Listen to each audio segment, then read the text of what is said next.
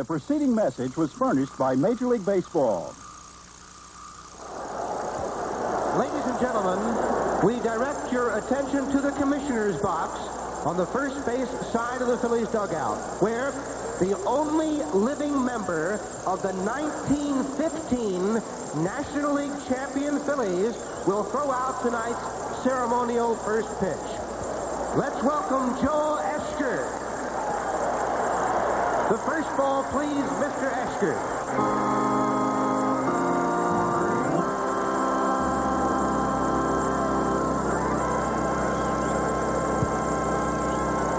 And now the Philadelphia Phillies take the field for Game 3. And the first of 3 to be played here. And obviously the first noticeable difference from the grass and dirt at Baltimore to the AstroTurf in Philadelphia with Tony Perez, the big story with Rose on the bench. Perez gets the start at first base. It'll be Joe Morgan at second, who hit a home run in Game 1. The shortstop is Ivan De Jesus. And the third baseman, as usual, is Mike Schmidt. Now, Schmidt is 0 for 8 in the World Series thus far, and Howard talked to Schmidt about how he's been swinging the bat so far. Howard, I'm swinging the bat good. I mean, I can feel when I'm hitting, when I'm not doing things right, when I'm jumping at the ball, or I'm pulling my hands forward, or I'm taking a lot of pitches, and I'm under aggressive or over aggressive. I don't feel anything right now as a hitter that I'm not doing. That I want to be doing. The only thing I might be doing against Boddicker a little bit was trying to hit the ball a little too far and trying to lift it a couple times. My timing is perfect. I got a couple of strikeouts. I don't know what to tell you. I'm going to hit. Well, Mike Schmidt has done enough hitting throughout the course of his career, and the Phillies would like to see a little bit more punch from him. But he's happy with the way he's swinging anyway. We'll find out tonight if it stays off. Gary Matthews is in left, in center field.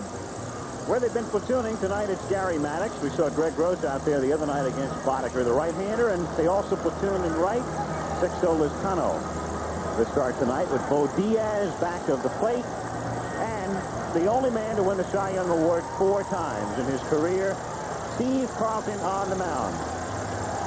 A losing record, but as you can see, a very good walk-to-strikeout ratio. And he'll start things by facing the switch-hitting center fielder, John Shelby, who platoons with Al Bunbury. The first pitch of the game is fouled away. Shelby 1 for 3 in the World Series thus far. Came in the second game as a pinch hitter and remained in the game. Fouls this one away, so he goes up there swinging at Carlton's first 2 pitches. He's interesting in this sense. So much has been said about Carlton's slider and how it drops out of the strike zone. A lot of times they'll go up there taking, but not Shelby, and down he goes. He took the wrong pitch. Well, we saw some power pitching right there. It doesn't look like Steve Carlton's going to worry about location with a lot of these hitters. He just came out firing. He threw 3 straight fastballs. Shelby didn't catch up with the first 2 and took the third one. So 1 out in the first inning, and it brings up Dan Ford.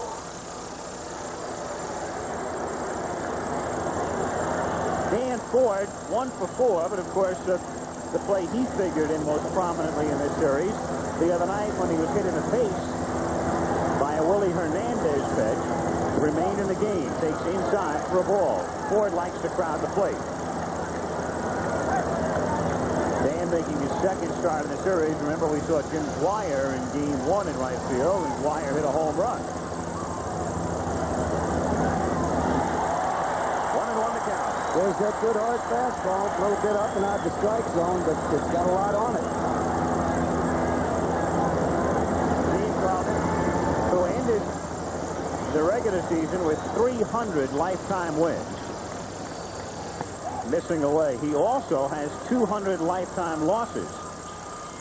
So exactly a 600% lifetime for the man who is simply known around here as Lefty. 3-1 now the count. There are some questions about Carlton physically, about his back.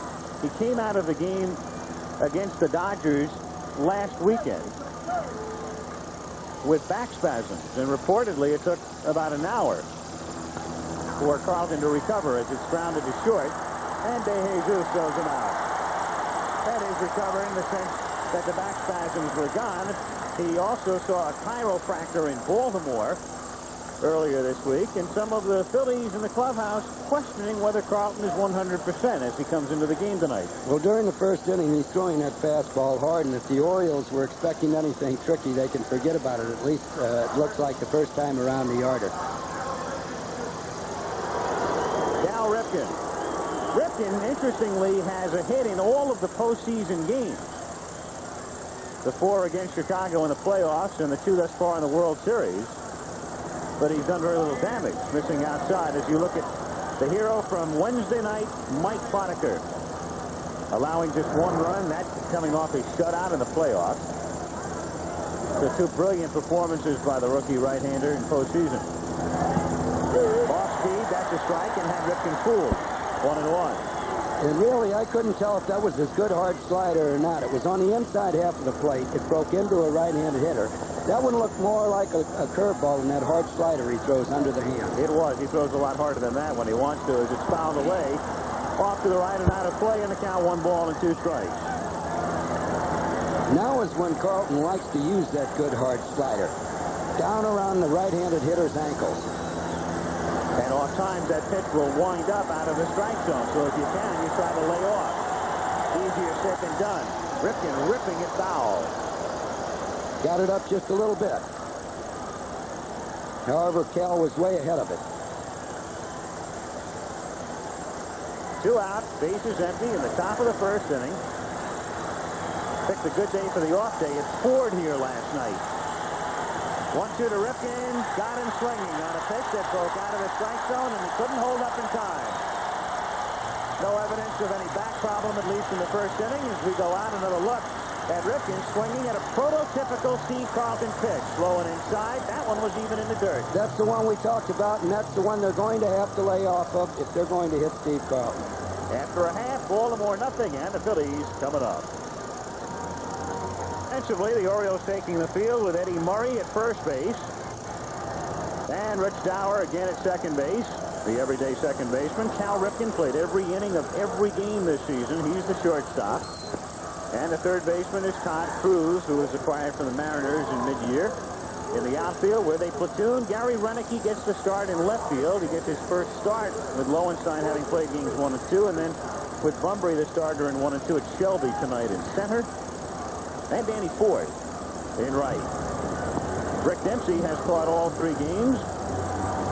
And on the mound is Mike Flanagan. This is the first time in the history of the World Series that 2 former Cy Young Award winners have opposed each other.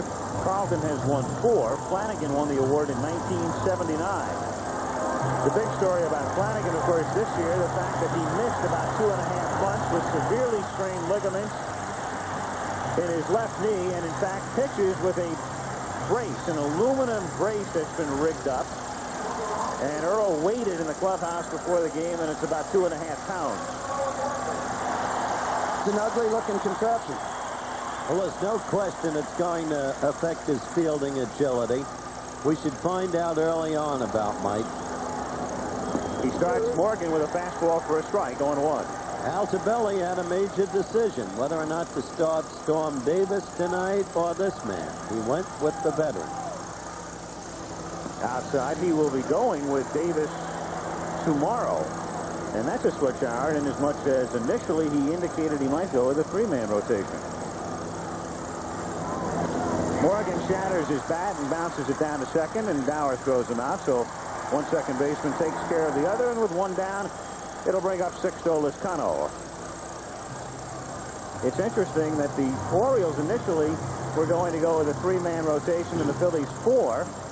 And in fact, the exact reverse will take place because the Phillies are going to bring Denny back tomorrow instead of the originally scheduled Bystrom. That's an interesting twist.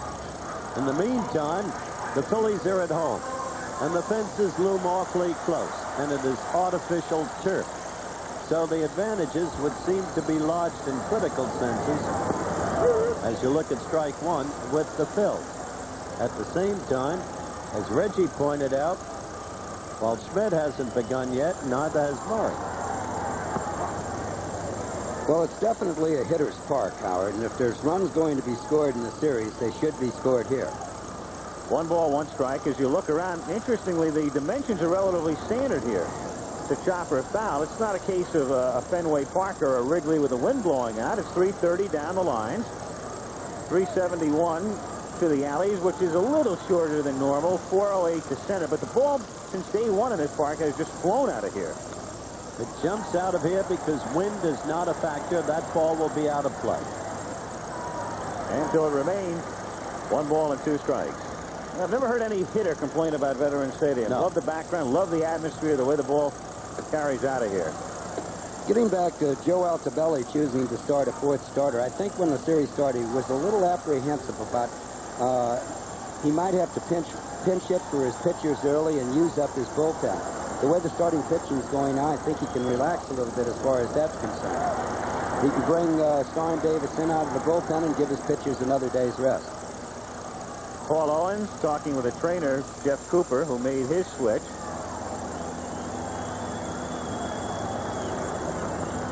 That's grounded to short.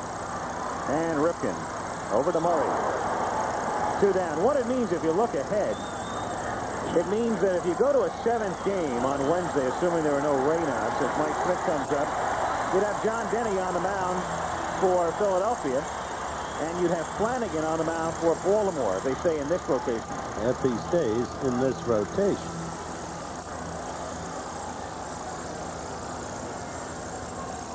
Well, here's Schmidt. He says he's going to hit. I believe him, too.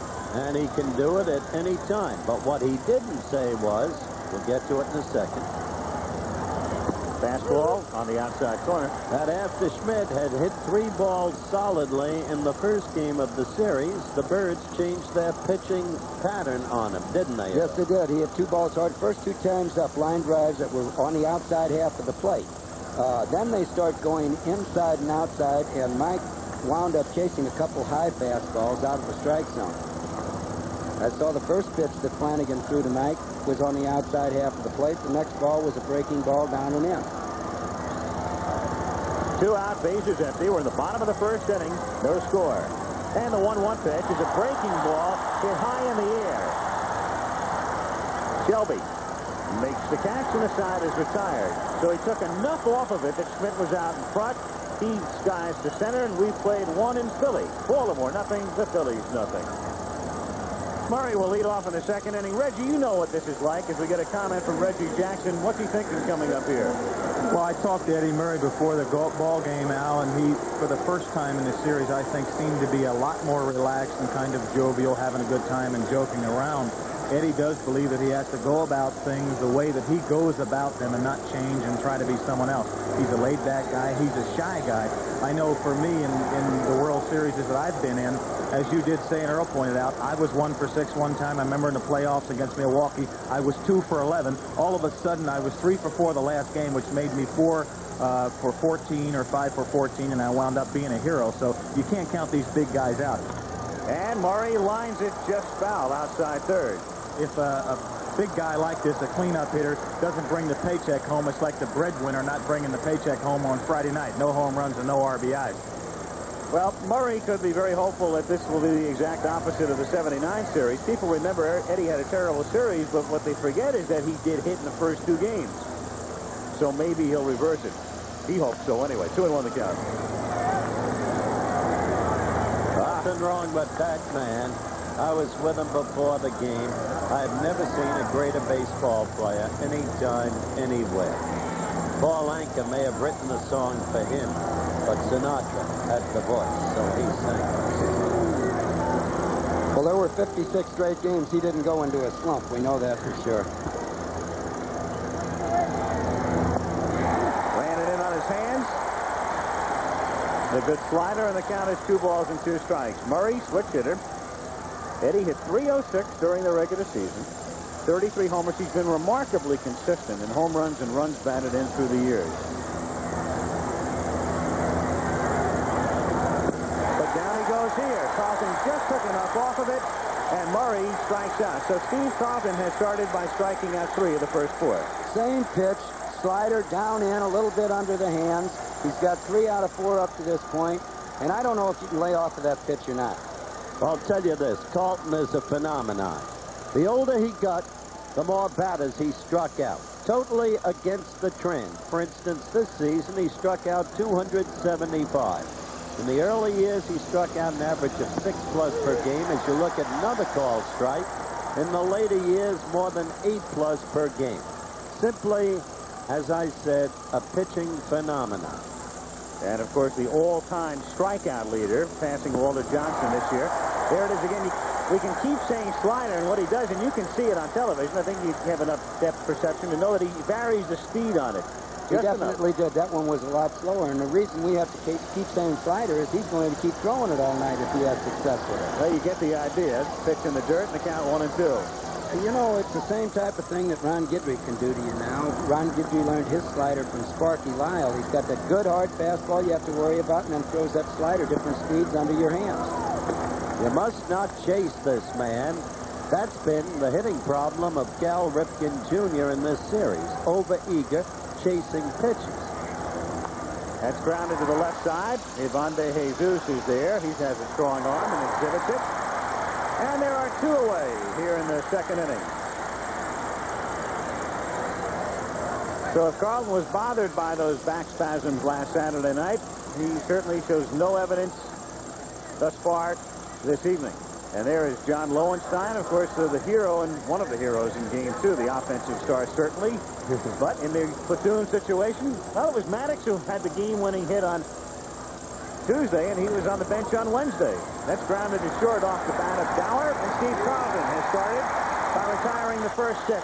3 on grounders to short, and he has struck out the other 3. And so the Phillies will come up in the bottom of the second. There's no score at Veterans Stadium.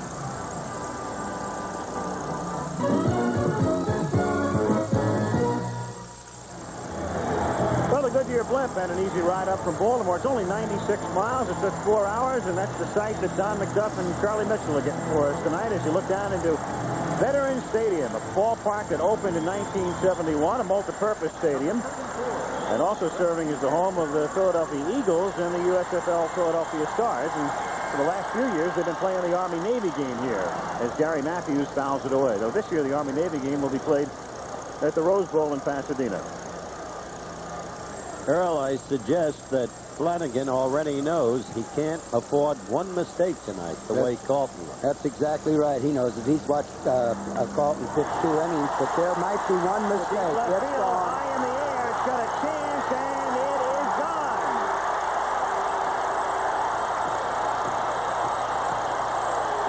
There's one mistake. I hope he can't afford to make another one now. Gary Matthews, who has not had the happiest of seasons. He, too, for a while was out of the lineup and was being platooned, but you'd never know it if you'd only watched the Phillies in postseason play. Hero of the playoffs, home run Here's tonight. the pitch. Looked like a fastball above the belt that Matthews was ready for. He got the bat out in front, and he hit it a very long way. This is a swing with which we're becoming very familiar. The way he gets rid of that bat in a hurry. Remember in the playoffs last week, he clipped Yeager after he did a home run. Tony Perez takes outside. 1-0. Tony was as embarrassed as Rose about being named to play tonight. He knows full well that it was Pete Rose who talked Bill Giles into getting him, Tony, with the Phillies. And that's hit sharply into center field for a base hit. So Perez is aboard. Everything obviously, Howard, magnified because it's the World Series, but here in Philadelphia, you'll recall in mid-season, Perez was actually starting in place of Rose when Corrales was the manager for a while. That is absolutely true. And as I noted in the pregame show, Tony has had uncommon success during his American League tenure against Mike Flanagan. He certainly has. He hit .375, and it's tough to keep a .375 hitter against a certain pitcher on the bench. Good breaking ball to Gary Maddox, and the count is 0-1. Then you would have done what Owens did. I would have. Okay. Flanagan, only 10 home runs allowed by Mike this season, though he did miss half the year. And you can see he gives up most of them early, and maybe one here, but no. Foul. Hooking foul off the bat of Maddox, who homered Tuesday night. Yes, and one of the reasons that Mike gives up those home runs early, it takes him an inning or two to get that breaking ball established. He went with more fastballs than I thought he would in the first inning. Now he's trying to get some breaking balls over, but they're not in good spots. 0-2. Perez, no threat to be running at first, and it's in the dirt. And the count is 1 ball and 2 strikes.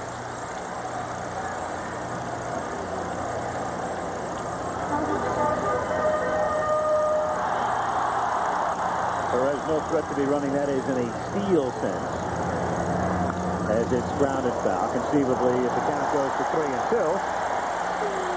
What a catch the fan made. If the count goes to 3-2, we could see Perez going to perhaps stay out of a double play.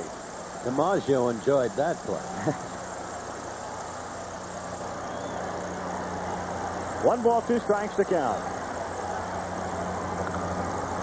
In the air to center field. And Shelby waiting for it. Puts it away for the out. 1 away here in the second inning. And now I'll take a look at Bo Diaz with Perez at first. Got to be very careful with this man, especially in this ballpark. You must not give him the high pitch. Diaz with good power, 15 home runs during the regular season. And he was second to Schmidt in runs batted in for the Phillies with 64.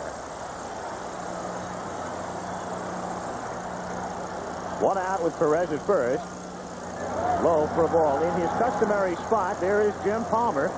He is the long man tonight. Now he's just getting in some work, and the bullpen perhaps doing more than that, the way the second inning has commenced for Flanagan. You can bet he's doing more than that, Al. A strike, and the count 1-1. Palmer has out the belly, looks on, has been relegated to the long man role in the bullpen. But he is a canny pitcher, moves the ball around, even if his arm isn't what once it was, though he says it is now. They send Perez on a hit and run, and it's grounded foul outside third. And the count 1-2. As we mentioned, Perez not in a straight steal sense, but they'll send him on the hit and run because Diaz is a contact hitter. Meantime, you mentioned Diaz has 15 home runs, 9 of them hit here. These Phils love the home ballpark. Well, as we mentioned earlier, Howard, they go out of here a lot easier than they do in a lot of parks. That's fouled away again. 1 ball, 2 strikes to count.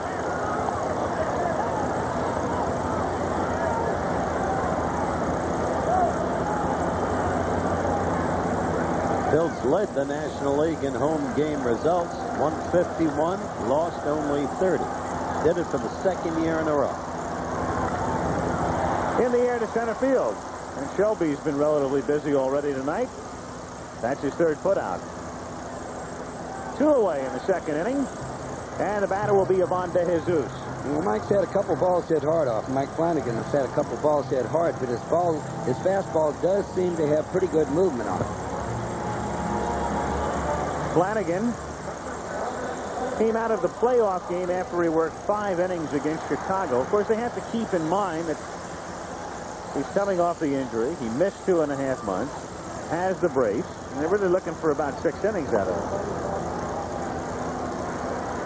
Steve Carlton, a good hitting pitcher on deck.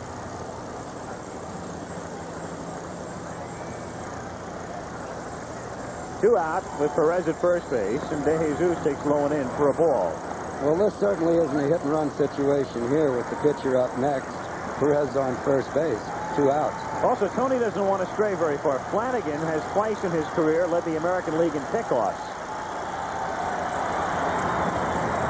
In the air to shallow right field and dropping in a hurry for a base hit. Perez will go to third as the throw comes in, and he is safe because the ball gets away from Cruz and then down to second, and safe there goes De Jesus. I'll tell you, that was a great throw from right field. They had him, but the ball did get away as Al described it. Otherwise, they probably do get him. The third base umpire getting in position, and you'll see it on the replay. Dutch Brennan looked like he's about ready to call him out. The ball wasn't hit hard. It's hit easy to right field. That's what made Perez decide to go to third in the first place. It bounced high. Dan Ford made a good jump, got himself balanced, and made a good throw at third base. Here comes Tony coming into third base, and he's out by a good 4 or 5 steps. However, Cruz was not able to hang on to the ball as he reached out, tagged him on the left knee. That's an excellent shot. And you can see Renard, he was about ready to come up with a thumb and then waited, and the ball was jarred loose. So runners at second and third, and Carlton takes outside. And this is a big hitting pitcher. Lefty or righty, Steve Carlton can hit. Well, Flanagan has an outstanding sidearm curveball. The first two pitches were fastballs, but here's a situation where the game could be broken right open. I would think he'd go to his best pitch here. Carlton, no slouch, 204 career average, good for a pitcher, and 11 lifetime home runs. Grounds it foul. That last statistic is the one I had in mind. 11 lifetime home runs. And Howard, I think that Mike Flanagan will be throwing that sidearm curveball right here on this pitch. 1 ball, 2 strikes, and comes inside. A little breaking ball. Yep. 2-2 the count. Perez, the runner at third, and it's De Jesus at second. And Carlton hits a ground ball down to Eddie Murray. So Flanagan is able to escape further damage. By the way, they've given Cruz an error on the play at third, and that's the totals in the second inning. The runs. 3 hits, 1 error, 2 men left on. So on a home run by Gary Matthews, the Phillies lead the Orioles 1-0, end of 2 in Game 3.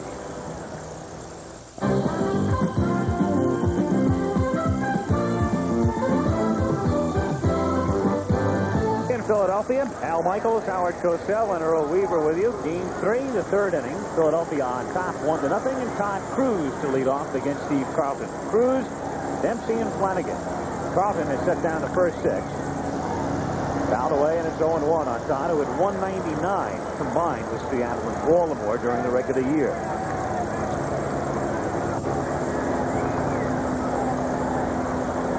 Carlton has struck out 3 to this point. 1 strike away from making it 4. He's ahead 0-2. So the first time through the lineup in particular, Carlton looking extremely sharp as each of the Orioles take their first look at a legend. They know what's coming, but there's not a whole lot, obviously, you can do with it. Well, they really don't, because Carlton throws the ball so hard, Al, that you have to have that fastball in the back of your mind. And the count 2-2. There were 2 up on the outside half of the plate. He tried to make perfect pitches with them. But now he'll probably come back with that slider. He does, but misses inside. The point is that even if you look for that slider, I mean, the scouting report is very simple. Try to lay off that pitch. It's been the scouting report on Carlton for 10 years. Some good it's done. This one's in the dirt. So Steve looked like he had some trouble. He might have slipped or caught his slope of the mound as he throws one in the dirt. You can see Carlton is pawing at the dirt. And that's the first walk issued by Carlton. Low and in the dirt. He did slip just a little bit, as we can see right there. The ball might have hit Cruz in the leg.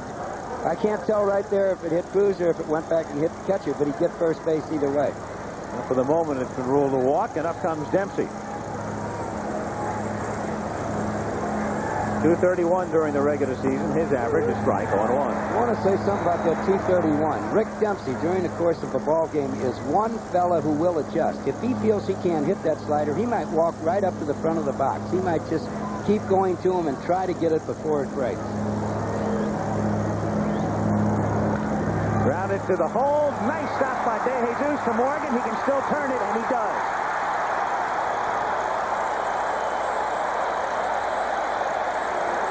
Ivan De Jesus ranging to the hole, and Joe Morgan at the age of 40 still can get it out of the glove in a hurry and takes care of Dempsey. Time to play perfectly. Dempsey hit this ball hard to the left of De Jesus. He came up with it, a good throw to second base, and Joe can still get rid of it. And Rick isn't the fastest in the world getting the first, but you made the critical comment about Dempsey. He adjusts. Flanagan is the batter. 0-1. Play by Yvonne, evidence of why Pete Rose has called him the most valuable Philly this year.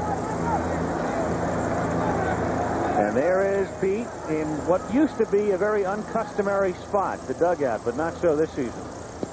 Certainly so, surprisingly, tonight. 1 ball, 2 strikes. on this mismatch. And where did that one miss? Carlton ready to move to the dugout. Well, I talked to Flanagan a little bit before the game, and he wasn't too happy about going up against the 300-game winner who throws left-handed. Took a decent swing there. Relatively good cut. 2-2 the count. These Philly fans, some 65,000 of them, a reminder of the last World Series game played here on October 21st, 1980. Won by the Phils over the Royals 4-2. Carlton worked the first 7 innings. Became the winning pitcher. He had relief help from Tug McGraw, and there's another strike. He gets Flanagan on a 3-2 pitch. That's 4 strikeouts. He's faced a minimum of 9 after 2.5. It's 1-0 Philadelphia. The Redskins are out to prove they can do it again. Monday, they tackle the Packers with All-Pro wide receiver James Lofton on ABC's Monday Night Football. Morgan will lead off against Flanagan. We mentioned that Mike missed 2.5 months with those knee ligament stretches, and Jim Palmer talked about his regaining his form. Well, to be honest, Howard, I don't believe that you're going to see the Mike Flanagan that we saw the first maybe 8 or 10 ball games of this year before he hurt his knee. Basically, he is throwing well, but he's not throwing as well as Mike Flanagan can. When Mike is well, he has a much better velocity as far as pushing off the mound, and it's helped him as far as his velocity when the ball gets across the plate. He's a battler. There isn't a better competitor in a ball club than Mike Flanagan, but you're not going to see the real Mike Flanagan until 1984 when a knee really heals. Pretty direct now. And I think very well put and substantiated as Morgan takes low ball 2 by the fact that Flanagan was off to a tremendous start. He was 6-0 with a 2.72 ERA before he got hurt, and then 6-4 and 3.73 after he got hurt. It's quite a difference. 2-1 the count. Charles Hudson, the rookie who will get another start on Sunday. He'll pitch game 5. Pitched very well through 4 the other night, and then came unraveled in the 5th inning. Morgan hits it high in the air and deep to right field. He may have his second home run of the series. He does.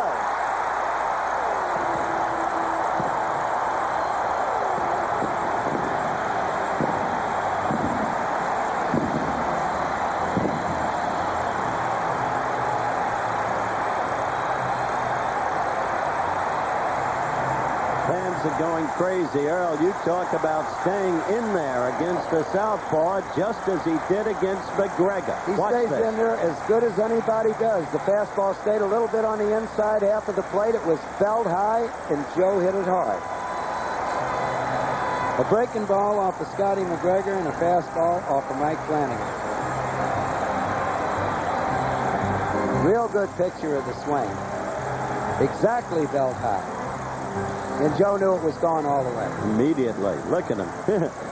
If anything, I tell you, it's going to make it, if he is thinking about retiring, and he is, it's going to be a little more difficult to think about retiring right now after his September and the way he's played. Well, Mike Flanagan knew that it was a breaking ball that Joe hit off of Scott McGregor. And he's got to have in his mind that Joe might be looking curveball. Yet he threw him a fastball, and that went out of the park also. So the score is 2-0. Sixto Lezcano. There's a streamer, as you can see right there, down the left field line that they're removing. The reason for the delay as Lezcano comes in.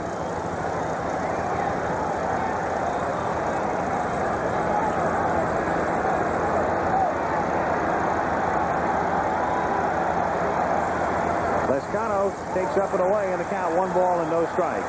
You know, only one of Morgan's 16 home runs in '83 was against a lefty. Here in the World Series, he's already hit 2 against southpaws. 2-0. There's Palmer again. Jim was up in the preceding inning.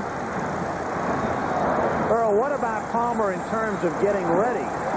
He's not used to the relief role. Well, he warmed up a little bit earlier in the game, and that certainly is going to help. You're right, Al. He's not used to it. 2-1. What about when Jim warms up for a start? Does he take a long time to get ready? He takes almost 20 minutes, and sometimes he'll throw 140 pitches before he walks in from the mound. So he's obviously not your ideal relief pitcher. Right. Some relief pitchers can get ready in 15 to 20 tosses. I don't think it would take Jim really 120. He can get ready quicker than that. In the air to right field and deep but playable as Ford drips on it and makes the catch. Al Holland looks like he takes about 2 pitches before he's ready. There's Joe Morgan. There's the teacher, Tom Lasorda, now a sports writer. Got Joe a little bit angry yesterday in the clubhouse when Tommy, ever faithful to the job, questioned Joe about the bunt play when Joe failed to cover first on the Todd Cruz bunt.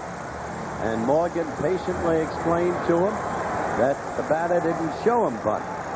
But Tommy wouldn't accept it. Well, Pete Rose was at first base on that play, and he was charging. Exactly. If he wasn't charging, he'd have been back to take the throw himself. So one was thinking bunt, one wasn't. No balls, 1 strike to count on Mike Schmidt. That was the play that took place the other night in the 5th inning and preceded Dempsey's double, which was the key blow after the home run by Lowenstein. Schmidt gets it off the hands and down to third, and Cruz, who has a gun, throws him out. And there are 2 away here in the 3rd inning. Mike Schmidt still doesn't have a hit, but he's swinging the bat good. I have to agree with him when he said he's not doing anything wrong at home plate. Schmidt, what's interesting about Mike is he led the league in walks and in strikeouts this season, but has not drawn a walk in this series. And he's seen some very good pitches. He has struck out 3 times.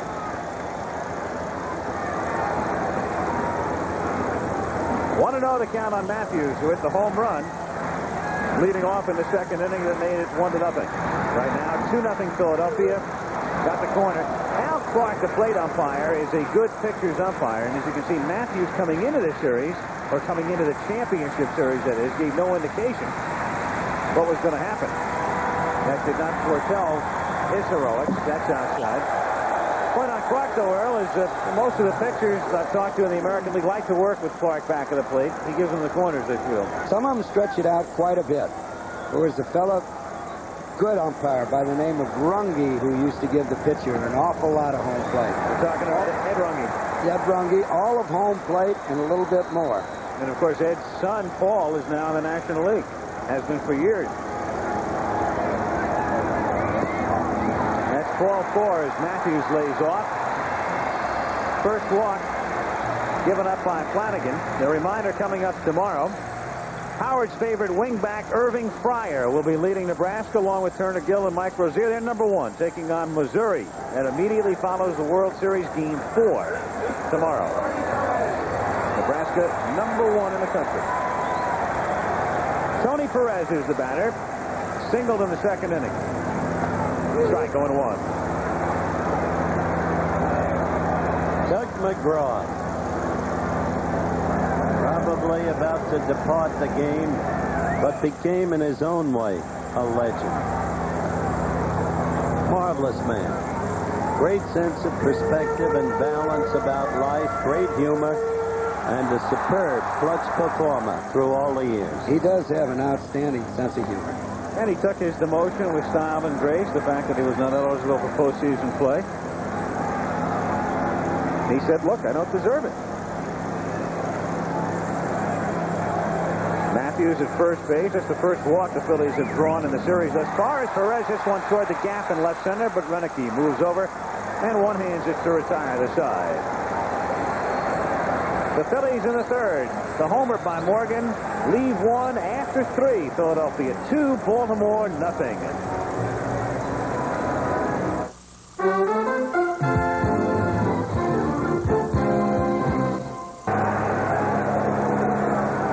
We're back, 4th inning, and John Shelby has just led off a moment ago with this base hit. A ground single that bounced off the mound and into center field, and that's the first Baltimore hit as we start the top of the 4th inning. First ball hit out of the infield off Carlton. And I could be wrong, but I thought that Shelby had moved up a little toward the pitcher, and I think Dan Ford has also. Dan Ford. Now, Carlton, of course, has a pickoff move that you know about. Some say it's not a move, but a balk as Dan Ford stands in. So we'll keep an eye on Shelby with Ford at the plate. Get a comment from a moment from Reggie Jackson about Dan Ford standing in this situation, Reggie, and what it's like to come back after what happened to him the other night, taking the pitch in the base. Well, in my career, I was hit in the head 3 times, Al, and after that in 1976 with Baltimore, I went out the next day at 2 o'clock in the afternoon and had Cal Ripken throw balls at my head. This is a World Series. You're not going to come out of this ball game or any ball game in the World Series unless you are completely down and out. Dan said the ball hit the bill of his cap and just grazed him, and he wanted to stay in the game to make sure that he was not groggy or drowsy rather than come out of the ball game. A lot of great players have missed some World Series, mainly guys like Ernie Banks and Billy Williams. Were you particularly concerned, knowing, of course, he wears glasses the other night, Reggie? Well, yes, I was, but most of the ball players, luckily, don't wear a strap behind, and they fly off quite readily and quite easily, Al, but it's just by chance. The first thing that he told me was when he went down, he knew he was going to get hit, and he just said, just pray to God, I hope I'm not hurt. And fortunately, that's the way it turned out. But Carlton now behind on him. 3 balls and no strikes with Shelby at first base. Nobody out in the 4th inning. Philadelphia on top, 2-0. And Ford almost walked into it. The pitch is high. So runners at first and second, and all of a sudden, after Carlton has no trouble through 3, he's in trouble in the 4th. I think Earl made a critical point. It's the second time around, and Ford obviously moved up closer to the plate. Also toward the pitcher. Now, the next thing, the last 2 pitches were definitely balls out of the strike zone, but the first 2 pitches that Carlton threw to Dan Ford were the same pitches that the Orioles were chasing the first time around the Orioles. Which, as I noted earlier, has been this young man's problem in the whole World Series. Over-eager, over-aggressive chasing. Ripken lays off that pitch, which is a borderline pitch, and the count is 1-0. Well, they're going to have to lay off those borderline pitches, Al. They definitely will.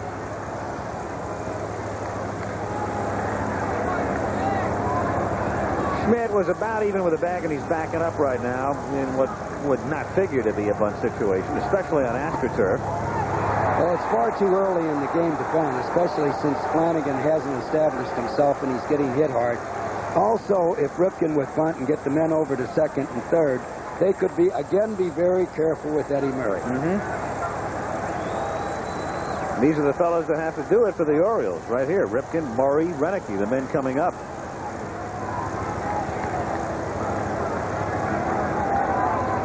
Phillies 2, Orioles nothing. Nobody out. We're in the 4th. 2 balls and a strike. Well, it seems to me, Earl, the Orioles should have had a good lesson in how to hit Carlton, if you can, from all their times against Guidry. Definitely a similar pitcher. Good hard fastball with the same type of slider. That's just outside. Ball 3. Much more selective this time around. So the runner, Shelby at second. Ford at first. The way to their leads. 3-1. And he misses away. So Steve Carlton, who did not allow a ball out of the infield through the first 3, has loaded the bases with nobody out in the 4th inning, and Eddie Murray is the batter. Well, there was a 2-0 count there on Cal Ripken Jr. One of the things the manager likes to see is Carlton reared back through that fastball. Ripken didn't get around. He fouled it off. But then Carlton came back again. The 3rd ball and the 4th ball were not close to the plate. Marty Bystrom, who was originally scheduled to pitch tomorrow, is the long man tonight. Here comes Eddie Murray. Clutch situation again. Carlton in trouble. Eddie must be ready for the first pitch. Steve may lay it in there. Infield double play depth, and he was ready, and he pops it up to the right side. If it stays fair, the infield fly rule is in effect, and Morgan makes it official. So Eddie Murray, who came up with the bases loaded the other night in the 5th inning and flied out, and with 2 men on in the 7th and grounded out, has just left 3 more, and derisively the chant goes up, Eddie, and he's angry. And That's he is not very going to help frustrated. him. He is very frustrated, and he's fighting himself. And the history of Steve Carlton shows when he's in a situation like this, this is when you have to get him. Now, Renicky has been a great hitter against lefties. Inside for a ball, and the count 1-0. So the bases are loaded with Shelby. Good speed at third. Ford adequate at second. Ripken, good base runner at first. And it's fouled at the plate. That's the slider again. Eddie was so frustrated because he thought he had a pitch. He did have a pitch that he thought he should have hit. It's not going to help him. Won't help him at all, Howard.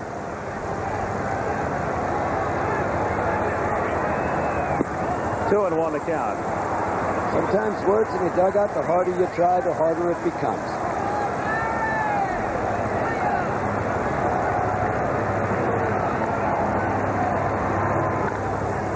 Bounce foul, so 2 balls, 2 strikes to count on Renicky with Dower on deck.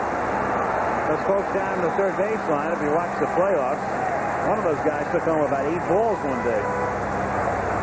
Pitch was sinking. Renicky hit Carlton's pitch, not Renicky's pitch. And a half swing, and they don't get the call on a pitch that was also very close to being a strike anyway. Could have been a called strike. First base umpire Frank Foley saying no. I don't know about this call. Don't know about that at all. 3-2 is grounded toward the hole. Schmidt is there. He goes to Morgan, one. Back to first, and Perez stays on the bag. Double play.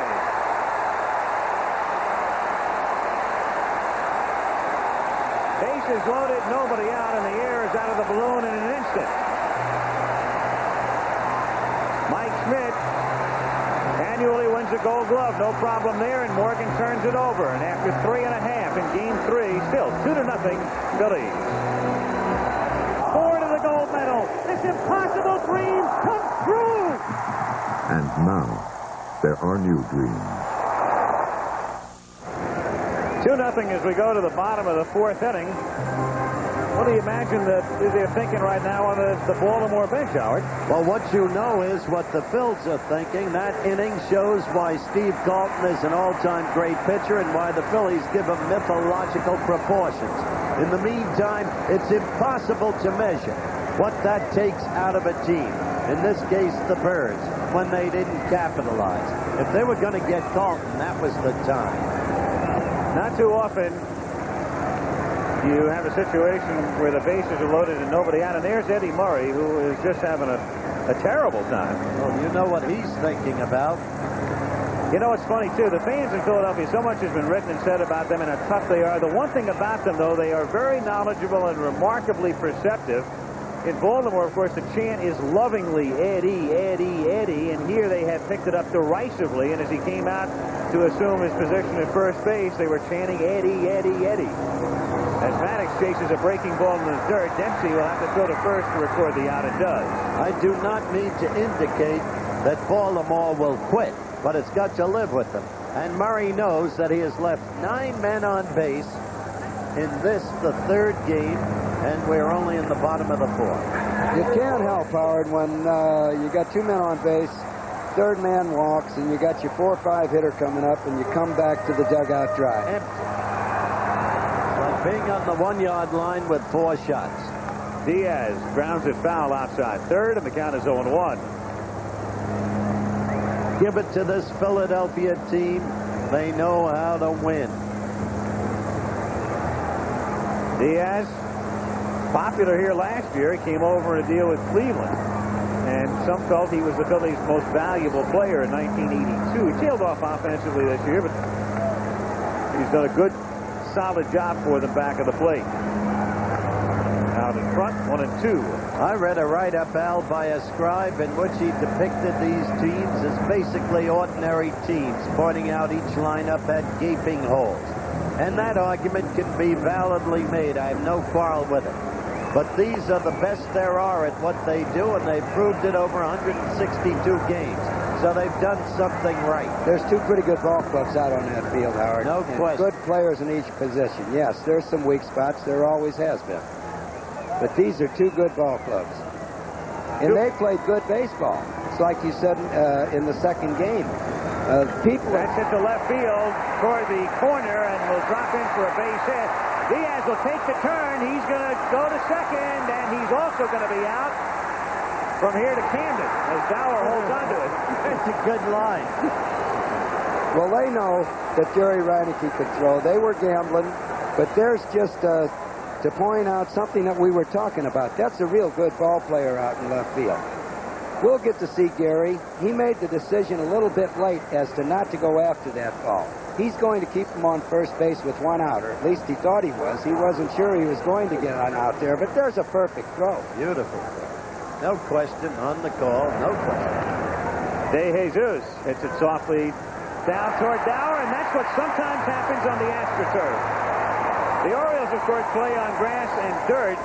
They do have AstroTurf fields, obviously, in the American League, so they're somewhat used to it, but there's nothing you can do about that. When it hits the seam where the dirt meets the turf, not much chance for you. You can definitely see this third hop take a bad hop and come right at Dower. Right on the corner, right on the seam. He thought he was going to get it waist high, and it bounced toward his right ankle. You know, the interesting thing about the Birds this year is they've won 16 and lost only 8 on artificial turf. They didn't used to be that effective. No, it wasn't. 2 out, and Carlton, the batter, that scored an error on Dower. 1-0 the count. Dower doesn't make many errors. What was it? A few years back, he had 80-some-odd consecutive errorless games at second base. As Carlton hits it down to Dower, and he'll handle this one flawlessly. So the error does no damage, except to make Morgan lead off in the next inning instead of Carlton. We'll go to the 5th, 2-0, Philadelphia. In the 5th inning, Al Michaels, Howard Cosell, Earl Weaver, Game 3 of the World Series. Philadelphia 2, Baltimore nothing, and Rich Dower to lead things off for the Orioles. Takes a strike. By the way, they've scored a base hit now on De Jesus' grounder. There it is. You can see Dower is right there. Then he's off balance, and it scored a single. Strike. Do you agree with that, Coach?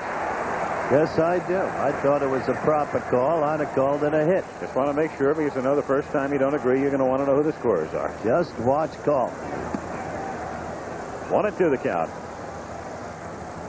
Works so quickly, so purposefully. He's allowed 1 hit thus far. And Dower grounds it to third, and Schmidt has to stay with it as it skips through the dirt and makes the play. That's a nice play by Schmidt. A much tougher play than it looks as the ball comes through that dirt. That was a Gold Glove play. He proved there the agility. The ball just hugged the ground on him. It looked like it was going to take a nice big hop about letter high and stayed right down. He was far enough away from that ball so he had time to react. Yeah, right? But it took instant reaction to do it. And that's why he's got a Gold Glove. What a throw, too. Cruz, the batter, takes outside. 1 ball, no strikes.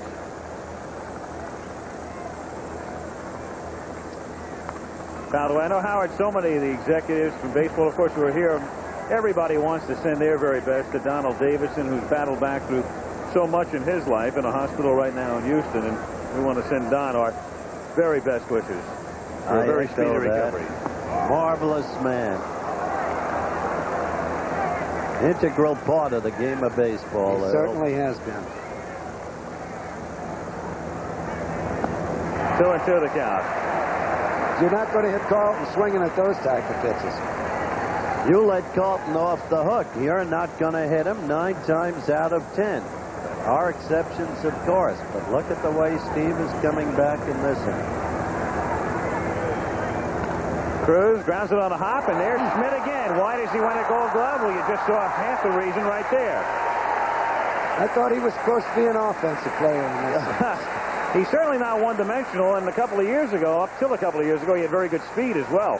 He's a truly great baseball player. What reactions? Up comes the ball, up goes the glove, and an outstanding arm.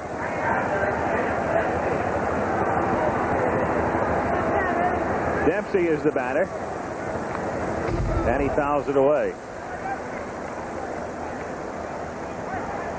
The Orioles have a reason to be frustrated now. Oh, absolutely. 2 balls were well hit that Schmidt put away. Dempsey hits this one down the left field line and into the corner, and Gary Matthews will play the carom on the warning track and concede a double to Dempsey as he stands up at second. We told you that little tiger adjusts, and there he is. Forget his batting average. He remains indomitable, the team leader. As we see it again, meanwhile, Altobelli may go to the bench here for a pinch hitter. He has moved up on the plate, and he's getting that breaking ball before it gets down. So now the score 2-0. And with Dempsey at second base, Flanagan has not come out of the dugout, and now Clark has his lineup card out at home plate, and that tells us all we need to know, that they're going to go to the bench right here. Well, no one's come out. Looked like it might be a spot for Benny Ayala. There is the marking of the lineup card in the Orioles dugout. Reminder, and following the game, following your late local news nightline, as you look at Ken Singleton is coming up. I wondered about that because I discussed that with Joe Altobelli in a pregame interview that we may yet have the opportunity to hear.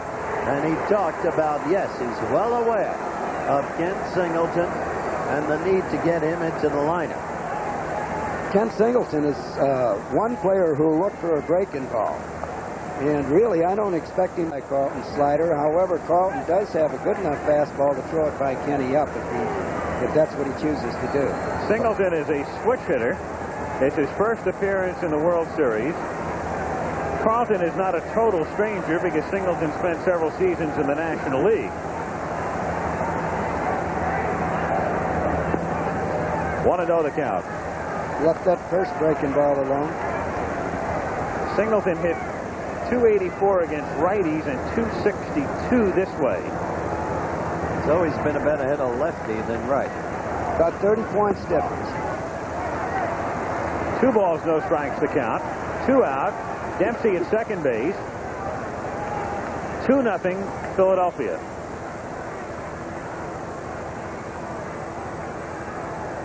Among other things, Singleton has always drawn a lot of walks. He takes a strike here. This year he was second to Ricky Henderson of the A's, and Singleton drew 99 walks this season.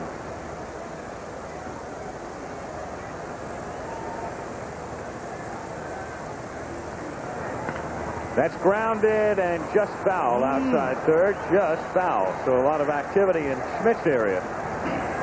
2-2. Started to mention Nightline, as has been customary this week. Reggie will be down there along with Tom Lasorda, analyzing the game with Ted Koppel on the other end. 2 balls, 2 strikes the count.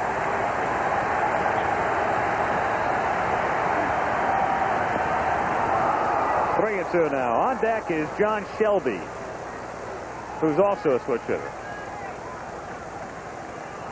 There he is. Shelby was the man who got the first hit off Carlton in the 4th inning, a ground single into center.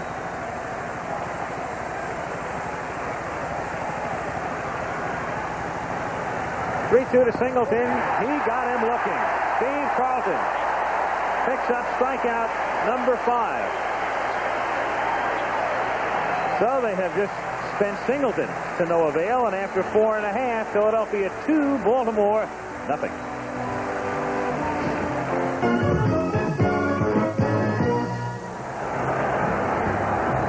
Jim Palmer is no stranger when it comes to the World Series. However, he is in this role. This is the 9th time Palmer has appeared in a World Series game, but never before as a relief pitcher. So here he comes in the bottom of the 5th inning. And this is all you ever dreamed about, Earl. Your chance to talk about Palmer, and he can't say anything. The first thing I want to say, he can't say anything, but the first thing I want to say is this is the 3rd Cy Young Award winner in the same ball game. No wonder runs are hard to get. That's right. That's right. You realize all 5 Philadelphia runs thus far in this series have come from home runs? And 2 of them from that man, Joe Morgan. He hit a home run in game 1, and he also hit a home run tonight. And here it was with Flanagan working. And as Earl mentioned, when he hit one off a breaking ball by McGregor and a fastball by Flanagan. Back in the 3rd. Joe is 4 for 10 in this series, hitting .400. Joe's out there proving to somebody that he can play regular next year, I believe. So here's Morgan, grounded out and homered. In the series thus far, 4 for 10.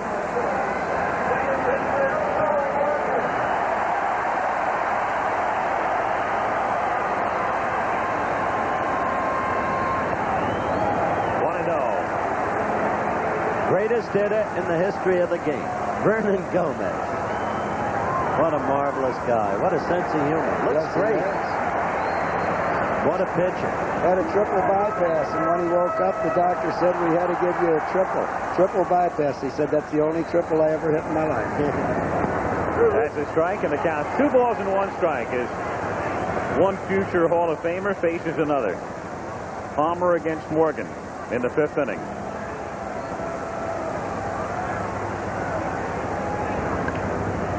Popped up, shallow right field, and Dower takes charge there.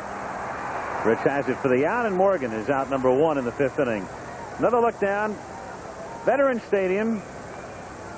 Beautiful ballpark, a multi-purpose facility. It's located in just about what I guess you'd call South Philadelphia. Yep. Looking down from the Goodyear blimp, very close to the river. And as I mentioned the other day, what a job they've done with this city. Just remarkable. Lescano takes high for a ball. They can throw away the old W.C. Fields WAG line on the tombstone. I'd rather be here than in Philadelphia, because this is one of the great cities of this country. 1-1 the count.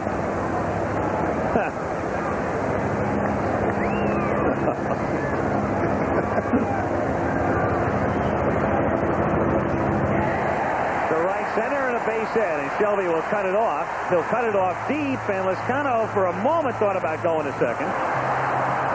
As the throw comes back in, and I guess that's inexperience playing on AstroTurf, the way Shelby played that one. Yes, it is, but one thing Shelby can do, he can play a ball that way because he has a powerful arm, as we saw, even though the throw is a little bit off the money. High fastball outside half. Shelby had this ball if he'd have on one hop. If he'd have charged, he backed up and got it. But that's a strong throw. It's off the base, but that's a powerful arm. Tell you this, Palmer now has Schmidt and Matthews. He's got to hang tough. They could be out of this ball game in a hurry. Palmer, myself, I feel he's going to do a job. He's been wanting to get in one of these World Series games. 0-1 the count. Of course, it's been frustrating for Jim, who spent so much of the year on the disabled list, and that's why he hasn't started in postseason play. And Palmer said, well, I understand the reasoning.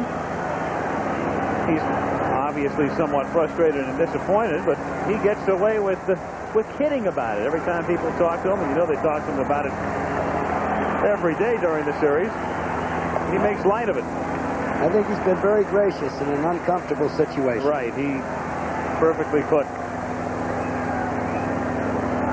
Runner at first base is Lescano. 1 out. He did, remember, appear as a pinch runner, of all things, in the playoffs.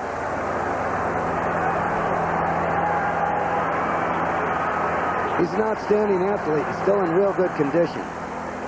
Popped up a mile high, back of the plate, as Dempsey had to push Clark out of the way and makes the catch. Dempsey was fighting Clark off. The plate umpire was trying to get out of the way.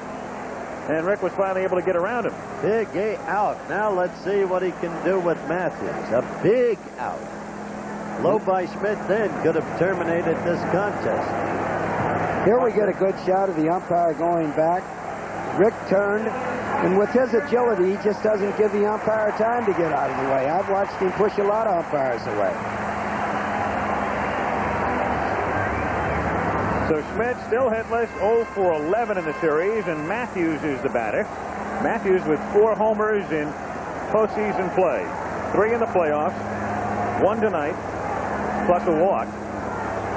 Palmer has a big leg kick, and you can steal on Palmer, and Lescano knows that from being in the American League. 1-0. I want to say that Palmer got Schmidt on a high fastball, letter high fastball. He looks like he's throwing the ball real good to me, and the ball looks like it might have that little pop on it that he used to have. 2 count. Palmer wanted that pitch. He asked the umpire if it was inside. Remember, it's been a couple of weeks since Palmer has pitched in a game.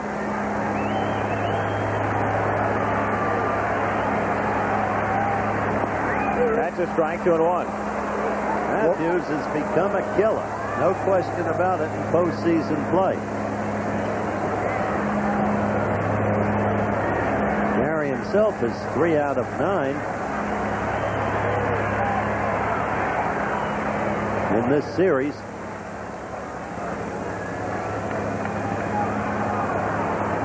Palmer, Earl mentioned the high leg kick. So relatively easy to steal on. And the count now 3-1 on Matthews. Scheduled up next, remember, is Tony Perez. Should Matthews get on, it'll be interesting to see if a move is made by Owens.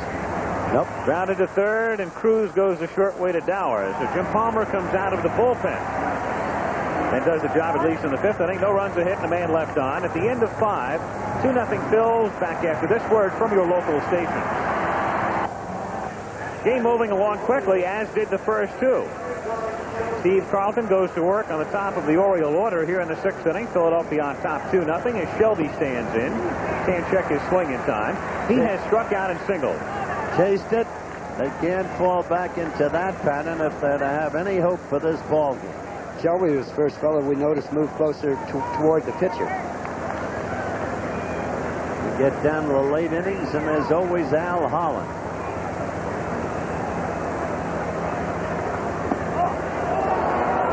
You know, we mentioned Clark normally gives the hitters the advantage. Normally gives, I should say, the pitchers the edge by calling borderline strikes, foul back.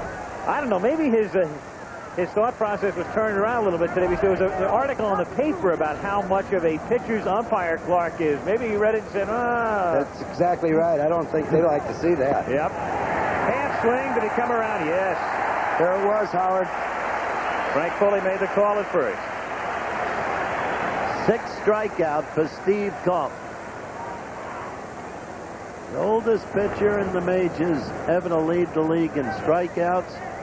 The man before him was a guy I used to love watching growing up in Brooklyn. Dazzy Vance of the then Brooklyn Dodgers. He had that frayed shirt. The ball got lost. Danny Ford hits a high drive to deep left field. Matthews goes all the way back into the corner and watches it sail into the bullpen. We're not getting to see a lot of offense in this World Series, but we're certainly getting to see a number of home runs. But what a great story Dan Ford is. The way he's come back from that beating, as Reggie described, who was beaten 3 times. What happened to him? And now he came out to batting practice and had balls thrown at his head. Look at the replay right there. This guy has come back and come back big. A great human interest story. Dan Ford. 2-1. And Ripken takes a strike. So this is almost a repeat of Game 1. The other night it wound up 2-1. Morgan and Maddox hit homers for the Phils. Dwyer homered for Baltimore. And the runs tonight on home runs with a score 2-1. So far in this series, the team that has scored first has lost the ball game. It's an interesting fact, isn't it?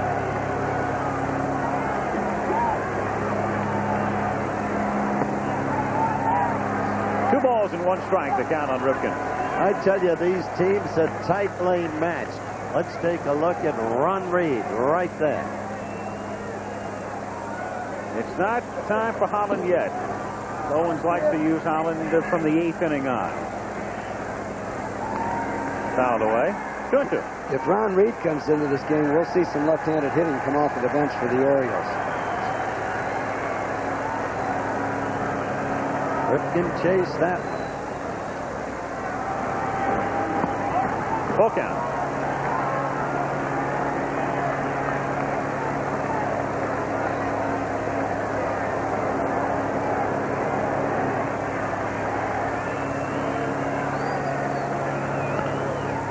To Schmidt. Over over to Perez, who has to dig it out and can as it bounces off the box seat railing. So Perez cannot dig out the low throw by Schmidt. And so Mike, who made two very nice plays in the preceding inning, will get an error here. Well, he is human. He is human. The throw was low. Tony Perez has been playing a lot, and if the first baseman is in the lineup, he'll usually come up with that short hop. Throw was low, but not all that bad. Now it's Murray again. He struck out and popped out. Well, I tell you, he's trying to make up for it in one swing, isn't he? He sure was, and he was over-aggressive and over-eager, and Carlton worked him beautifully. Yes, he did. And there's never been a ball hit out of this ballpark, and there never will. I'm talking about all the way out of the stadium, but Eddie Murray certainly is trying to do it now. He don't want to just reach the fence. He wants to put one in the street. And it's 0-2. And you can bet if Carlton gives him a fastball, it's not going to be hittable. He's been throwing that breaking stuff, the hard breaking stuff in on him. And the count is 0-2. He's deep in a hole already.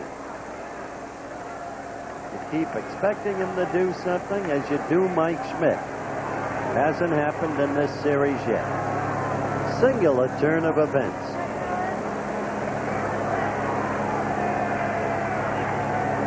And down he goes. So there goes the Eddie chant. He's talking, well, he'd like to talk to himself. He said something to Renicky, whatever it was, but he's mumbling to himself as well, I'm sure, right now. 7th strikeout for Steve Carlton. What a performance. Renicky is the batter. Grounded out, hit into a double play.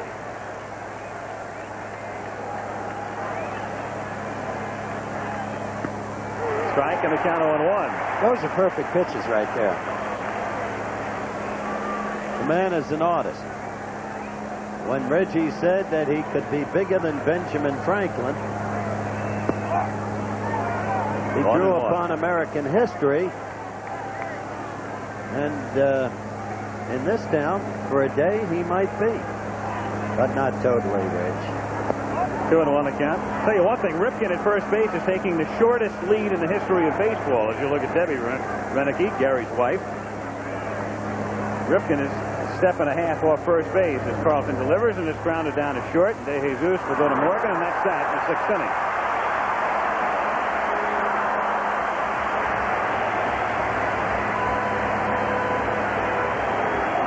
Andy Ford, a high drive to deep left field that got out of here with 1 out, and after 5.5, 2-1 Philadelphia. Taking place now for about a minute. Al Tabelli and Al Clark, the plate umpire. One thing he is not arguing about, we're trying to figure out what it is. It's not balls and strikes or he'd be gone. It's something else, Earl. Well, it's not balls and strikes. Clark's doing a real good job. It could be Carlton's position on the mound, whether he is not pitching from in front of the rubber, but possibly on the side, and we'll be able to get a look at that when Carlton goes on the mound. So Al Tabelli has had his say. And a reminder on Monday night, Washington against Green Bay on Monday Night Football. So the Super Bowl champs against the Packers at 9 o'clock Eastern Time. Redskins, of course, off to a great start at 5-1. Pack 3-3. Al Clark, by the way, the plate umpire, is the son of a longtime Trenton, New Jersey sports writer. His dad is here covering the World Series. So we can't figure out what the argument was. If we're looking for a scoop, you know who's going to get it anyway. The Trentonian. Perez will lead off in the bottom of the 6th as Sammy Stewart starts to throw in the bullpen because Al Tabelli has to look ahead to Palmer coming up as a hitter, and he's due to bat 4th in the 7th inning. Now we've got a ball on the field in right field. They're just running out to clear the field. Thermos looked like a beach ball from here. Yeah. Palmer worked the hitters very well in the 5th inning. Jim has something to prove, he feels. And as Earl noted, he had some pop, some rise to his fastball in that inning. Tony Perez takes up high. Again, for anybody who tuned in late, Pete Rose, the big story before the game tonight, not in the lineup. His place taken by Tony Perez, his great and good friend and longtime teammate. There's Pete, who has spent a good part of this season in that position right there. Well, he was obviously hurt and anguished. I thought he handled himself with dignity. 3 balls. Not bad at all, Howard. 3-0 the count.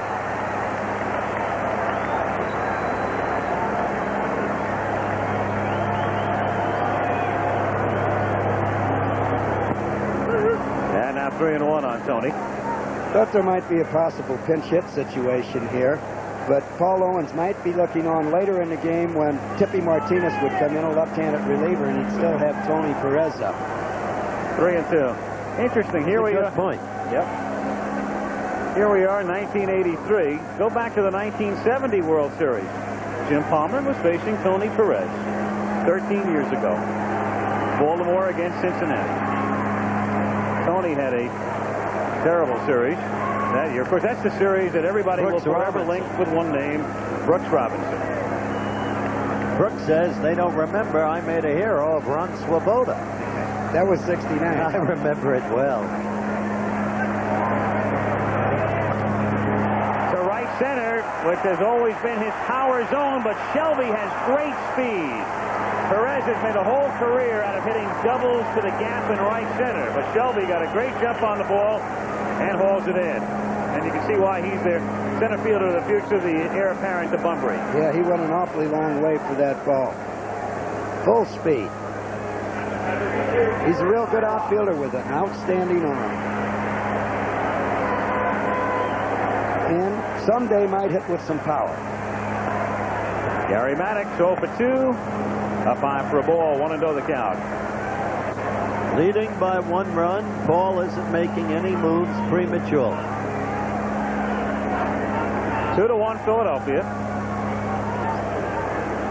Gary Maddox. Remember when Maddox came up, he was with the Giants. He came up, he was in an outfield with Gary Matthews in left, who's with him now, of course, and Bobby Bonds in right.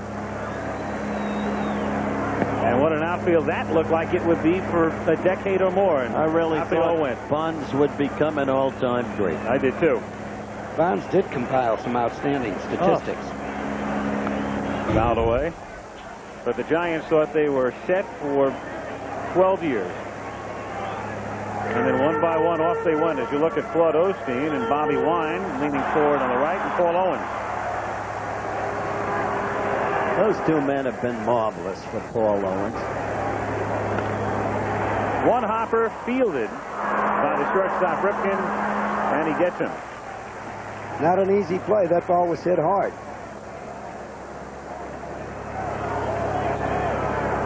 Another look. Good to see it again. Those ones that are hit right at you and right in front of your feet are some of the toughest in baseball. Cal Ripken Jr. handled himself well. Bo Diaz 1 for 2.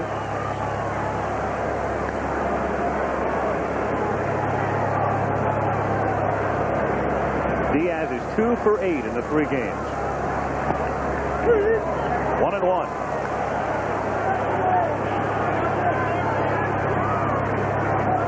Palmer's going with primarily fastballs. There's a good change. Yep. Change curve, and the count 2-1.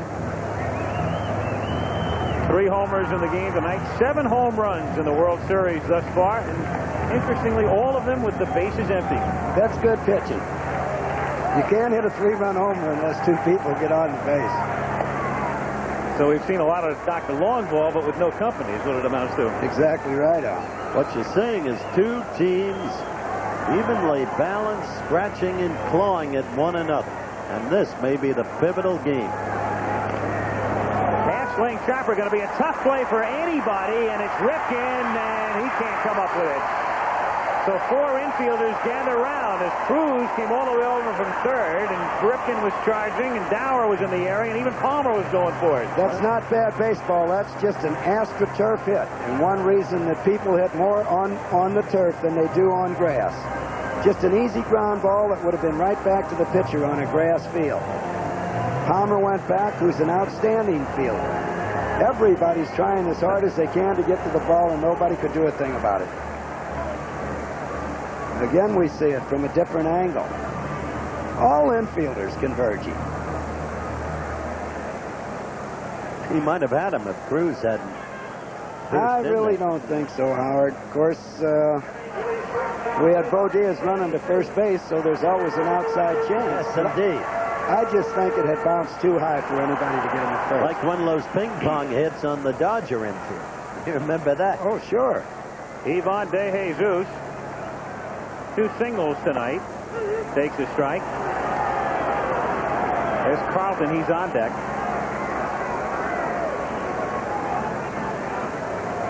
Palmer knows that Carlton's a good hitter. In the dirt, that gets by Dempsey, and Diaz will go to second. So now you've got first base open with De Jesus at the plate, and the count 1 ball and 1 strike, and let's score a wild pitch. And now he'll become a little bit more careful with De Jesus. It's a changeup. It was meant to be a changeup that more or less just stuck in his fingers. Here comes out the belly now to what, Earl? Ask Palmer if he'd rather pitch to Carlton than De Jesus? That's exactly right, and that's what I'd be doing in that situation. You've got an experienced pitcher who knows what he wants to do. Joe will make sure in this situation, though, that Palmer doesn't go right down the middle. Would you go out and literally ask the pitcher, or would you go out with an idea of your own in mind?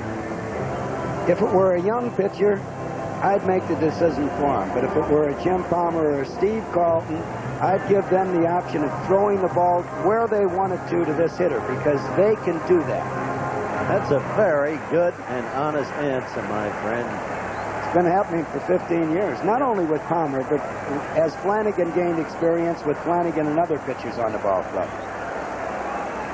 The Phillies, who made the most of the least this year in terms of offensive production, have their leading hitter with runners in scoring position this season at the plate. De Jesus at 317 in these situations.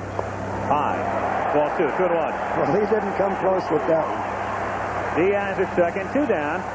6th inning. And again, Steve Carlton waiting on deck. If I were in the dugout, I would have liked to have that statistic that you just mentioned. Yeah. 3-1. Someday you'll all have computers down in that dugout. You can punch it up. It definitely would help you make up your mind. Lefty waiting.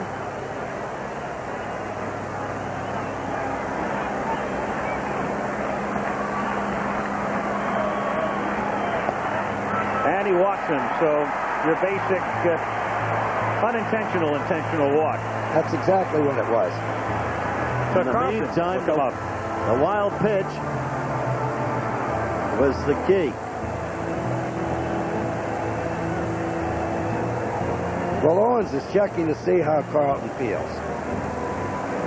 Carlton has made a decision that he feels good. He's going to give him a couple more. No, not he. What Owens was asking him really is, how do you feel? We've got a chance to get some runs. Carlton says, I can get him out for another couple innings, possibly the rest of the game, and that helped Owens make up his mind.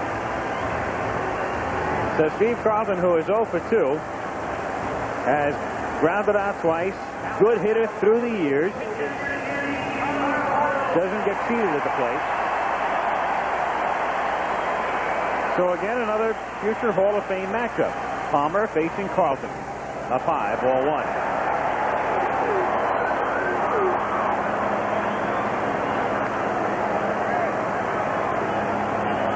Speed gun's been clocking Palmer, by the way, at about 84, 85, so he's in the mid-80s tonight. Looks faster than that, you know, Al?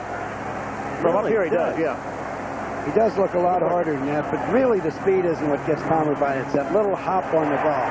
But he's lost his poise right now. This is the man he wants to get. He don't want to go by the pitcher. He don't want to go by Steve Carlton. He's got to go after him. Palmer, who has won 3 Cy Young Awards, pitching to Carlton, who's won 4. And the count 2 balls and no strikes. And lefty got the green light. 2-1. Right there, that gives you an idea of Owens' awareness of Carlton's ability to hit, and especially to hit the long ball. 2 balls, 2 strikes to count. Palmer and Eddie Murray have a pretty good pickoff play between them at first base with men on first and second. If the count goes to 3-2, it would mean that the runners might be running. and they have an outstanding pickoff play in that situation. And Steve Carlton strikes out. So Palmer lives dangerously, but comes out the winner in the 6th. And at the end of 6, the score remains Phillies 2, Orioles 1.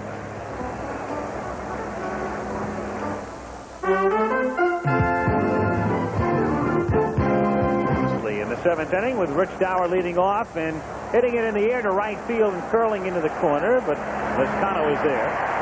1 pitch and 1 out here in the 7th inning, and it'll bring up Todd Cruz, who has walked and grounded out. Coming up tomorrow, college football, it'll be Nebraska #1, Missouri, the opponent, and that follows World Series game #4, 12:30 Eastern time. That's 9:30 on the coast tomorrow for the beginning of our day here. Nebraska lucky to get past Oklahoma State, 14-10. 1 ball, no strikes to count on Cruz. 1-1. Cruz looks like he's swinging to hit one out of this park now.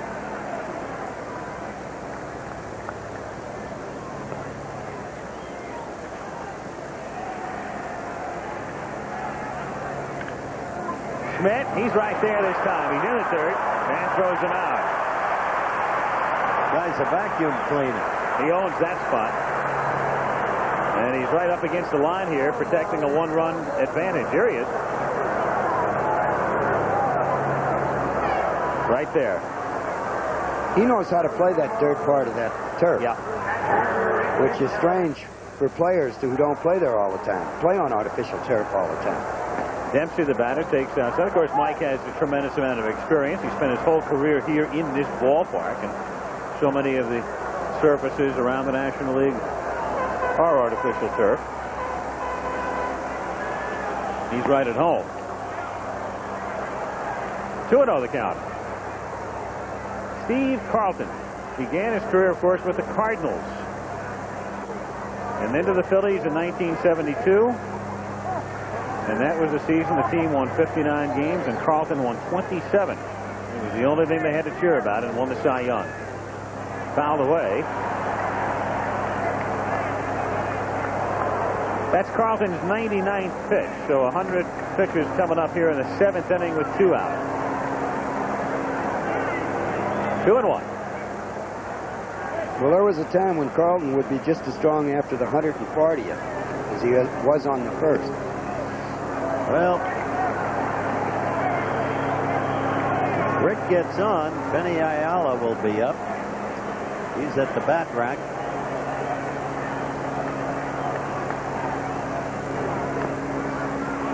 Now the count is full. 3 balls, 2 strikes. You get an education watching Carlton pitch. Fastballs away, sliders in and down. The man is the greatest. Crowd noise building. They want to see strike 3. He has struck out 7 so far. And that's drilled to the gap in left center field, and Maddox will have to play it off the wall on a hop. Plays it perfectly, and Dempsey has another double. That little tiger can drive you crazy. Look at most deceiving man with a batting average you'll ever see. Into the 3rd game of the World Series, he's got a few votes for most valuable player. Oh, you're back to that. We got a long way to go. A long way to go. Little tiger, huh? Old Dempsey. Oh, you got to get the Lions mad at you now. Dempsey at second. He has 2 of the 4 hits. Now this guy can surprise you. I mentioned the other day that in the 79 series between the Birds and the Bucks, Candelaria was going full speed.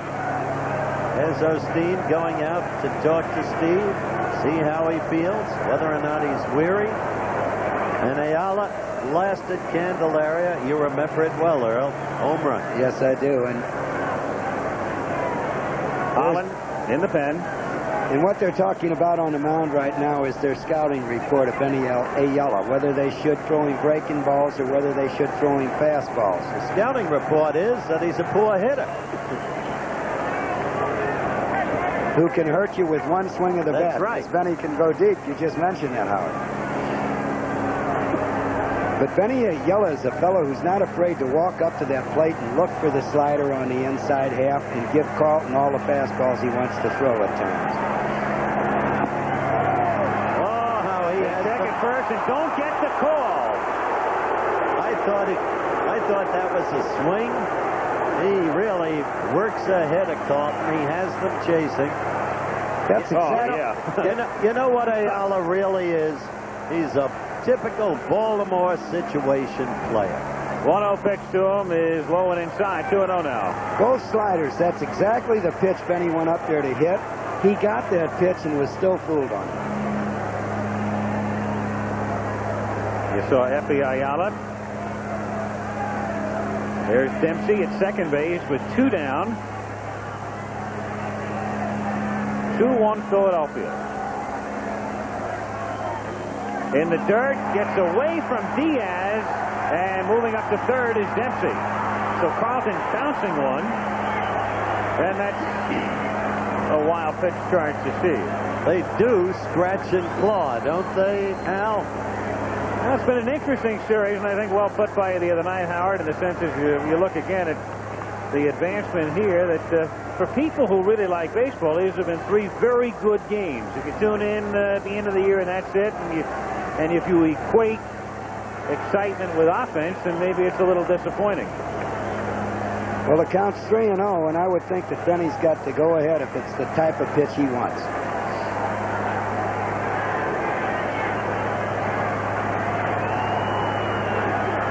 Count shouldn't be 3-0, though, Howard. You were right. I agree. Shelby is on deck. And Ayala swings away and fouls it off. Call that very well, Skipper. That's not his pitch either, the fastball, but you got to look for it on 3-0. Way to read Ripken's sign.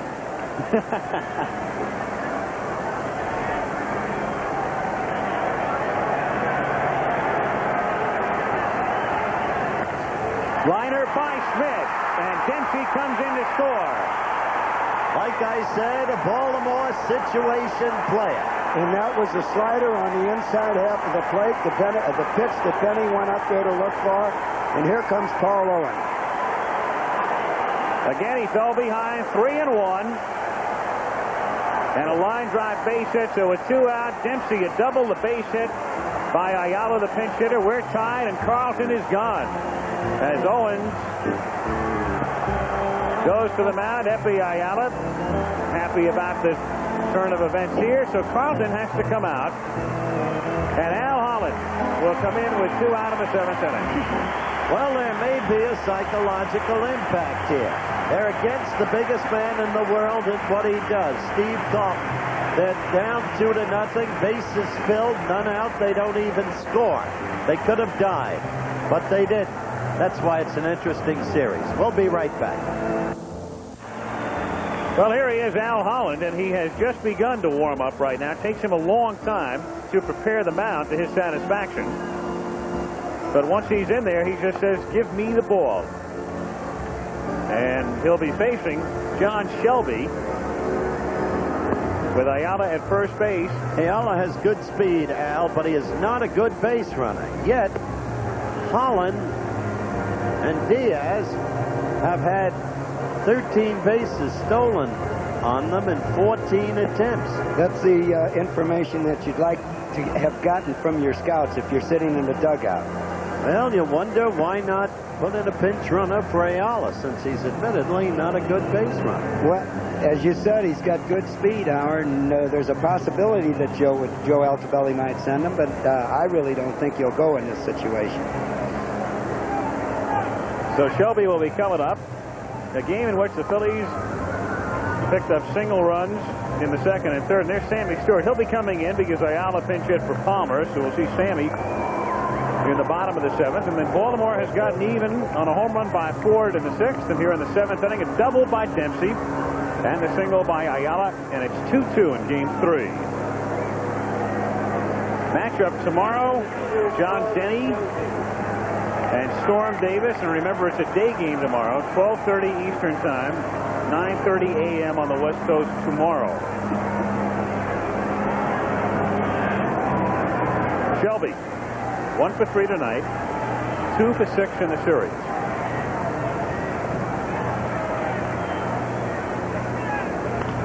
Grounded to the hole, base hit. So 3 consecutive hits, and runners now at first and second. And Dan Ford will be coming up.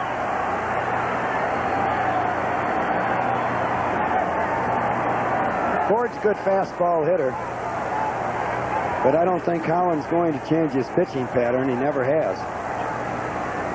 Ford is grounded out, walked, homered. One other thing about Holland, as far as base runners are concerned, the Phillies will tell you in the infield, when he's in there, he doesn't pay very much attention to him. He says, give me the ball, it's me and the batter. And he's the fellow who told George Foster earlier this season, get in the box, after Foster had homered against him.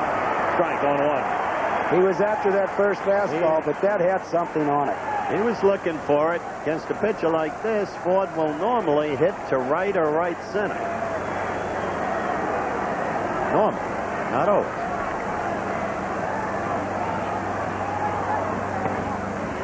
One and one. He really looks the part, though, of a mean, tough relief pitcher. A guy who comes out of the bullpen. If you ever hear him speak, he's got the perfect voice. He's got that grainy, gravelly voice. Reminds me, in some ways, though he has totally different pitching techniques, using the fastball, of Sal Magley, the barber. He can frighten you with a leer. 1-2 the count.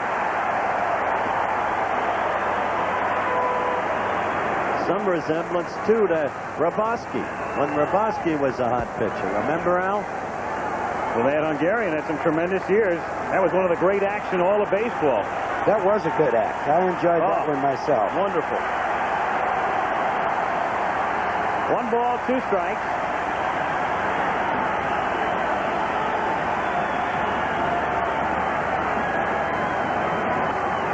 One hopper hit sharply off De Jesus' glove, and Ayala rounds third, and he will score. So the Orioles lead it by a score of 3-2. Ivan may have started to come up before he had it. Hard hit ball that was hooking, and not an easy play, but a play that Ivan De Jesus usually makes. Dan got the bat around on this fastball, hit it hard. You can see it hooked right on that picture there. He got down in front of it and tried to block it to keep that runner from second base going in, but just couldn't handle it.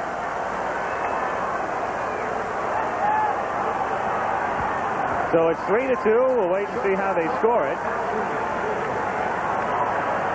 And with 2 out, 2 runs in, and Ripken is the batter. It's an error. They have given De Jesus an error on the play.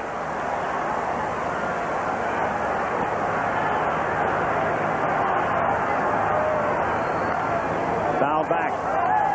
There have been shortstops I've seen play in the major leagues that didn't want any part of that foul. De Jesus tried to get in front of it, tried to keep it in front of it, just couldn't do it.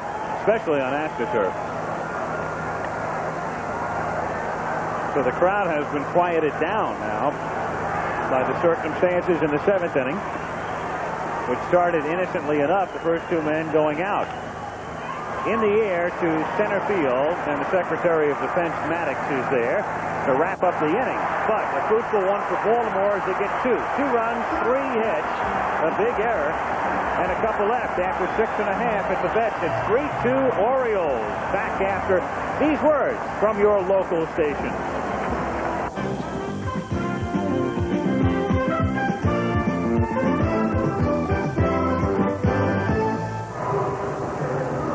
New pitcher for Baltimore is Sammy Stewart, who comes on in relief of Flanagan and Palmer.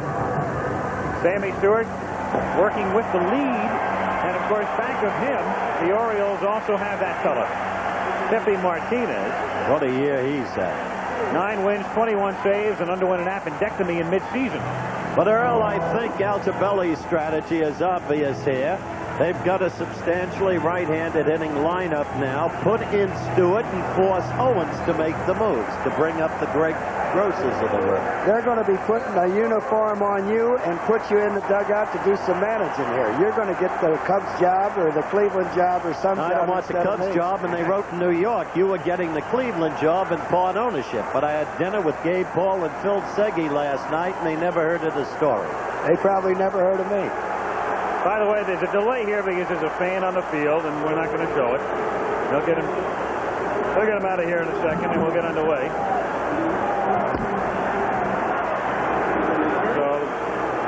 As the security forces take care of the stray fella, we'll bring Reggie Jackson in for a word. And your thoughts at the moment, Reg?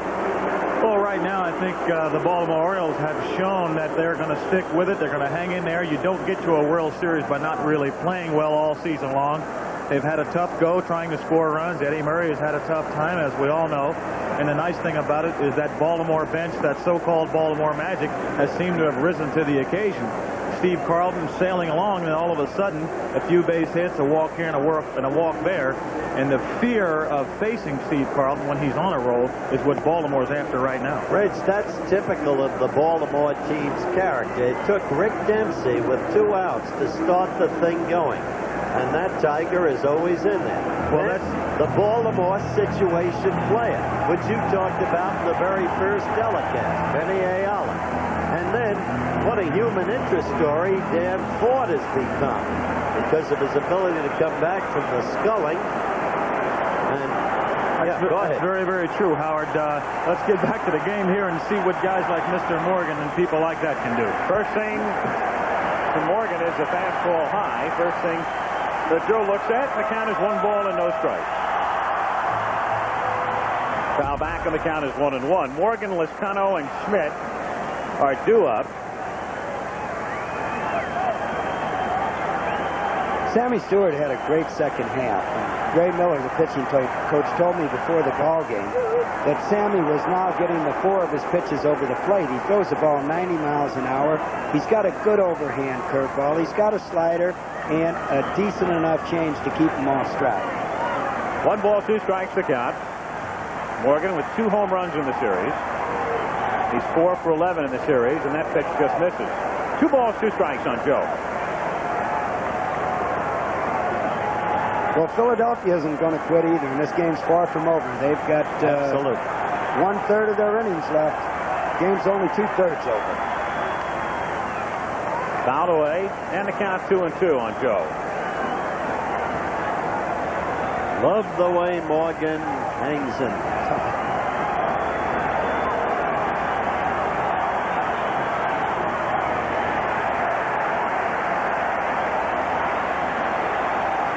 On the man who has drawn more walks than any man in the history of the National League. The all-time leader would be Babe Ruth.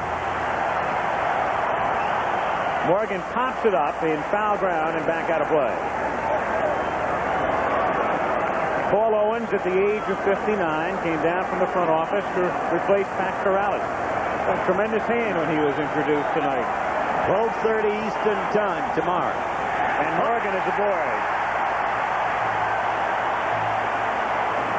So the decibel count begins to build as the Phillies get the leadoff man on. Morgan draws the walk. And Sixto Lezcano is the batter. It's interesting in the sense the Phillies have been platooning in right field. Now they've got a right-hander in there. 7th inning. He could think about LaFay, but he opts to go with Lezcano. Well, I think Lezcano will be bunting here. That gives him Mike Schmidt coming up and a hard hitter, Gary Matthews. Picture of the infield from high in at double play depth.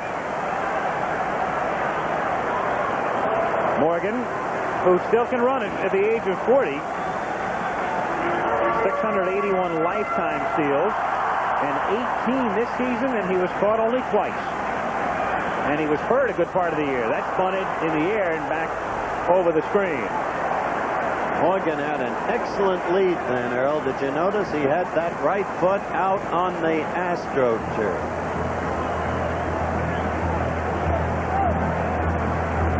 proof here. We'll watch if the Orioles have a play on and how the defense.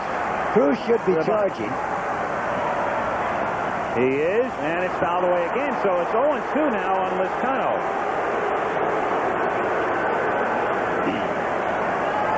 Well, now there's a chance that Morgan might be running.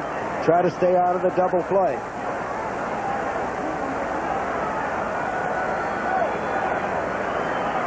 If Owens had known that Lizcano was going to foul off 2 pitches after he had put on the sacrifice, we would have seen a pinch hitter. But you don't know that until after the man has failed to sacrifice. Sure. See that last pitch stinging the hands of Lizcano. He's back in. And it's strike 3 called. So Sixto goes up there to bunt, can't do that, then takes a call, 3rd strike, and a few boos cascade down upon him. Breaking pitch on the corner. That's the last thing in the world he was looking for right there. The way these two teams are going at one another, Al, this series is taking on more and more of the sustained, dramatic character of the Houston-Philadelphia playoff series in 1980. And here is Mike Schmidt. And Schmidt is due. 0 for 3 tonight. 0 for 11 in the series. And with Gary Matthews hitting behind him and a home run already tonight, the Baltimore pitchers might be more apt to give in to Smith than they would when this series started.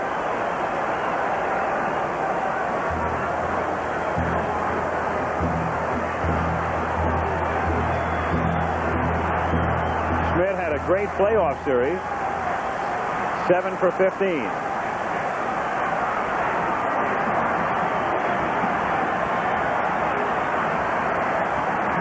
Morgan goes, gets a good jump. It's high, throw down to second, and they get him. And there is the arm of Rick Dempsey, because Morgan got a pretty good jump on Stewart, good enough to normally steal second base. And Dempsey is right there.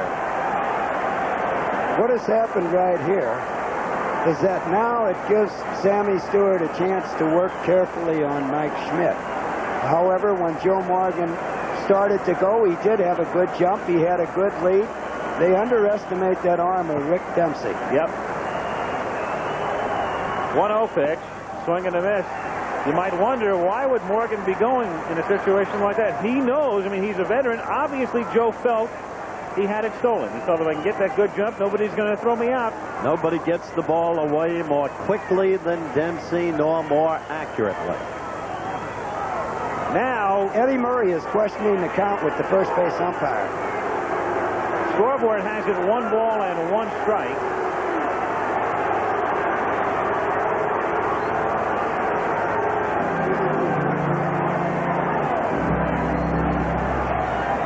Now Tabelli back into the dugout, and Mike Schmidt will stand back in. The count, well, I think what he was questioning was what was the pitch to Morgan. The first pitch. The first pitch, exactly, when Morgan was thrown out. We know the second one was a swinging strike. And the count 1-1. Now 1-2. Without the 1-0, he apparently thought the first pitch was a strike. 91-mile-per-hour fastball thrown by Stewart. Up and out of the strike zone. Mike Schmidt has to leave that pitch alone. At 91 miles an hour anyway.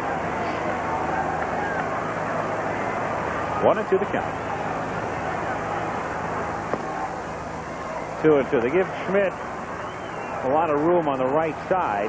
Dower is pushed over toward the middle. Especially look at the infield defense, and they've got Murray very close to the line of first. Schmidt does go to right on occasion, but is normally a full hitter. 3-2.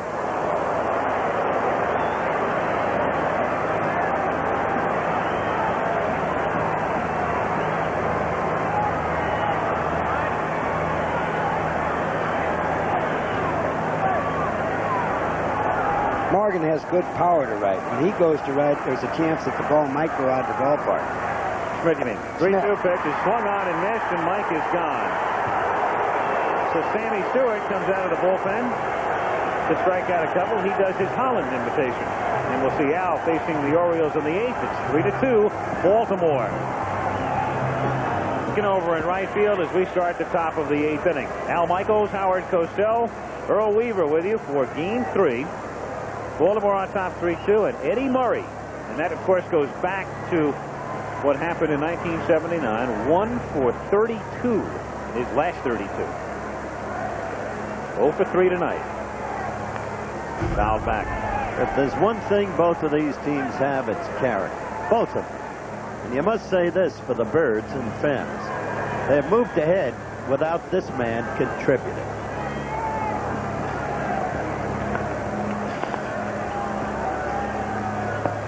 A strike, and the count is 0-2. They haven't got much from the young shortstop yet either, Howard. Cal Ripken.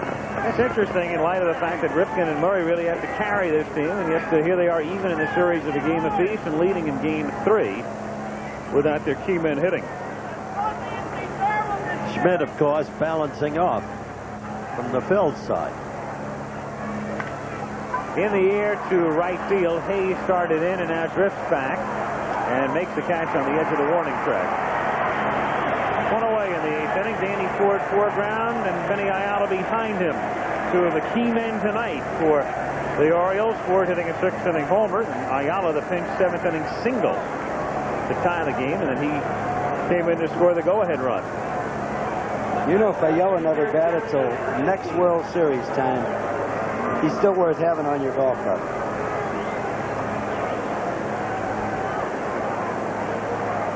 Renicky is 0 for 3. 1-0 the count. 3 runs, 6 hits, and an error for Baltimore. 2 runs, 8 hits, and 2 errors for the Phillies, and one of them, the one by De Jesus, is the difference in the game right now. Frank Robinson saw Benny Ayala play in Puerto Rico when he was managing down there, and he came highly recommended by Frank Robinson. And I don't know who would be a better guy to take his word. 2-1. Robbie could use him in San Francisco right now. That's true. No, he's not going to give up Jack Clark for him, though. I'll tell you that. Two balls, 2 strikes, the count. From the Goodyear Blip, Veterans Stadium. Back, of course. See the spots on the field, the dark spots, the rain last night, a lot of rain. We would have had a rain out for Game 3 last night as Renicky goes down center. Game still has a long way to go. And wouldn't it be ironic if we saw Pete Rose in the role of a pinch hitter, benched tonight, openly anguished by it and embarrassed, if we saw Pete Rose tonight in the role of a pinch hitter getting the big hit. Well, it happened quite often down the stretch this season. Rose, in similar circumstances, would come up with a key hit. Dower looks at a strike. And there's a good chance of that happening because I believe that if Paul Owens start using left-handed hitters, Joe Altobelli will have to come in with Tippy Martinez, and Rose, being a switch hitter, can hit from either side to plate. Another strike, and the count is 0-2. Dower didn't seem to like it, but Holland is making some very good pitches. In fact, when he struck out Renicky, he looked just like Steve Carlton. 2 hard fastballs and a slider in under the hands.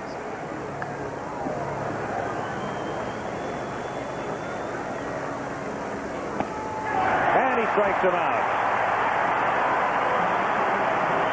93 was the clocking right there. So Al Holland is in normal form, and at the end of 7.5. 3-2 Orioles. Chevrolet taking charge. 4 years ago, we introduced Chevy Citation, and it became America's most popular front-drive car. But that wasn't good enough for the engineers. Since then, Gary Matthews coming up, and the crowd cheering as Gary approaches the plate because of this 2nd inning. Mike Flanagan was the Orioles starter, and Mr. Matthews did this for the 4th time in postseason play. Hit a homer. So here he is to lead off now in the bottom of the 8th inning against Sammy Stewart, and he looks at a strike. He'll be followed by Perez and Maddox.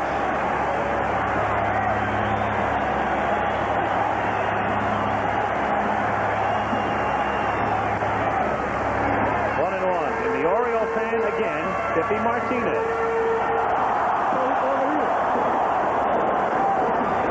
Well, there's 65,000 people in the stands trying to help. Sometimes that acts as a 10th man. Wanted to, especially in this ballpark. Noisy fans, of course, and as you look around, you can see it's enclosed and the sound stays in. And this place really rocks. Matthews was ducking down from a pitch that almost got the inside corner. This pitch, of course, critical.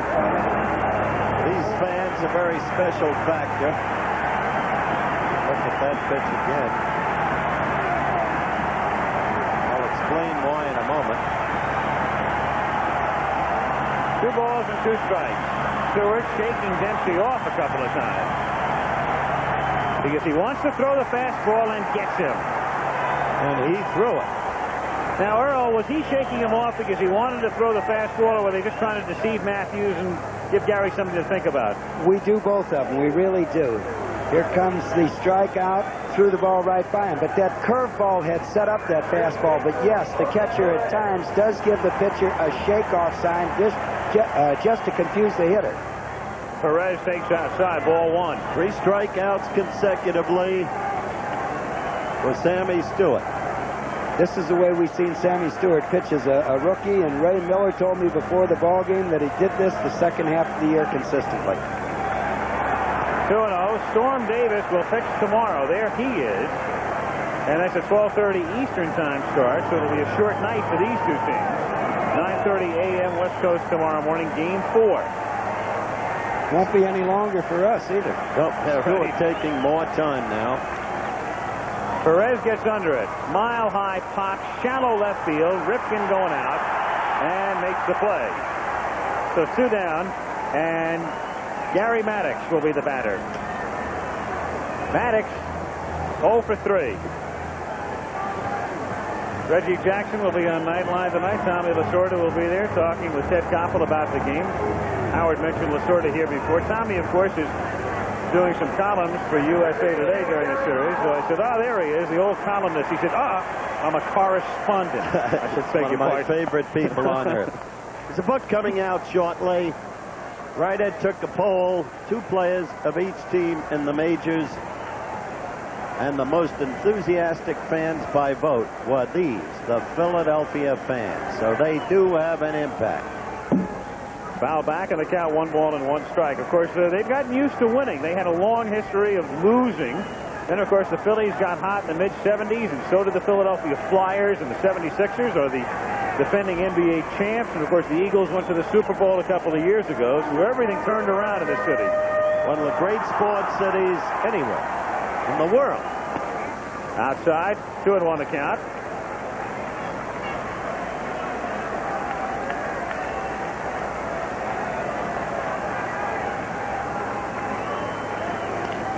Shatters his bat as he splinters it, and Cruz goes to first to get him. So Sammy Stewart sets the side down in order, and we'll go to the 9th at the vet. The score, Baltimore 3, Philadelphia 2. Back after this message and a word from your local stations. 9th inning with Todd Cruz to lead things off.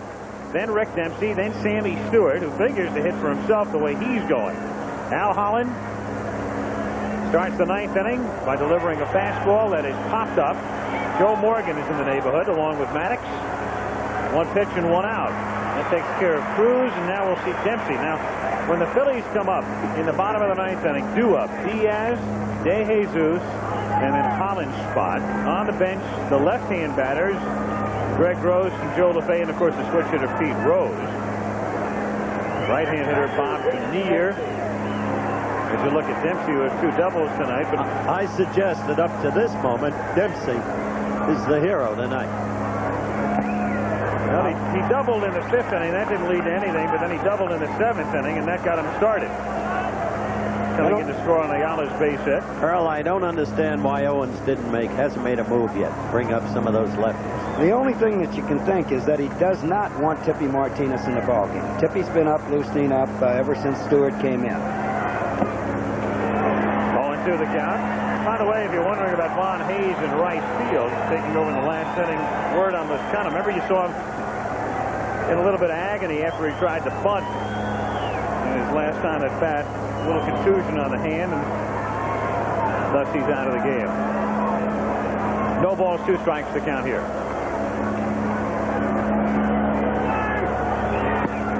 And that's that for Rick Dempsey.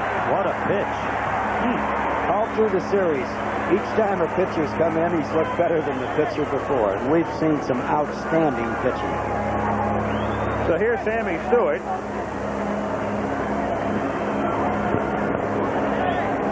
In Vegas right now, the odds are, I think, about 1,000 to 1 that Stewart will get a hit off Holland.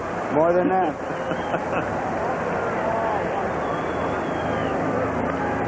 Not a bad swing. But if they were more than that, you'd have to give it a shot. Right.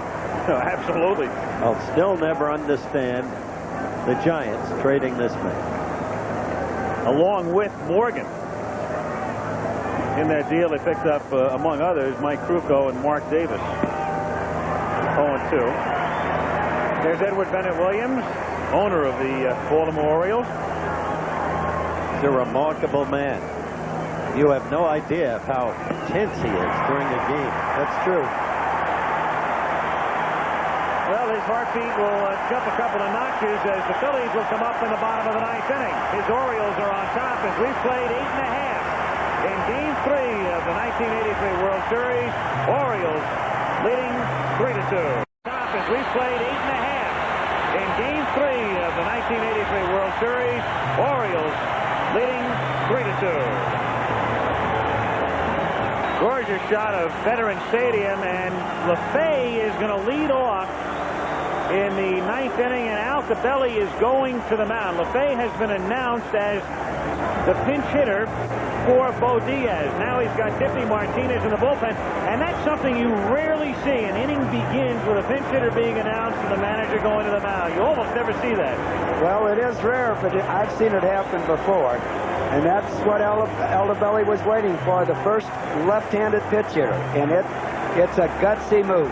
Okay, so Martinez will come in, and we'll find out how Owens will counter in the bottom of the 9th inning. 3-2 Baltimore. We'll be right back. The strategy proceeds as expected. Martinez brought in. You will not see LeFay. You will see Pete Rose right there. And I'll tell you, this ballpark is going crazy. Look at this very sign. That tells you how they feel about this man. One of the greatest competitors, one of the greatest ball players yet to have lived. Benched tonight in a late-breaking story, which we covered fully in the pregame show. And gone for the moment because of the kind of competitor he is the anguish and the hurt of that benching. As he said in that show, we've got to win the World Series. We can't have any distractions now. Take it, Al. Well, Pete Rose, interestingly, this year, a bad year for Pete at 245, but right-handed, he at 283. Something that hasn't happened very often in his career. He hit 48 points higher from this side than the other. And he's 8 for 22 during the regular season as a pinch hitter, so he may not love this role, but he's adjusted to it rather well. A strike, 0-1. Tippy's been Altobelli's bread and butter man all year, and I feel he couldn't wait to get him in. Sammy Stewart has been throwing the ball excellently. It's a gutsy move, but a good move by Joe Altobelli. No question. And that's another strike to Rose, and so the count is 0-2. Martinez, you'll recall, pitched the pennant clinching game in Chicago last Saturday, and what a performance that was by him as Rose fouls it away. That reminded everybody of Don Stanhouse. He was in trouble all the way down the line and then waited, exactly, and made him hit the home run, and they won 3-0. Meanwhile, there is Pete Rose, who finds a way to beat you more often than not. Low, and has for so many years. There's Pete's son, as absorbed with this situation as his dad. And 65,000 others are. Again fouled away. 1 ball, 2 strikes, count holding. Pete brought his son, Pete Jr., in from Cincinnati for the weekend series.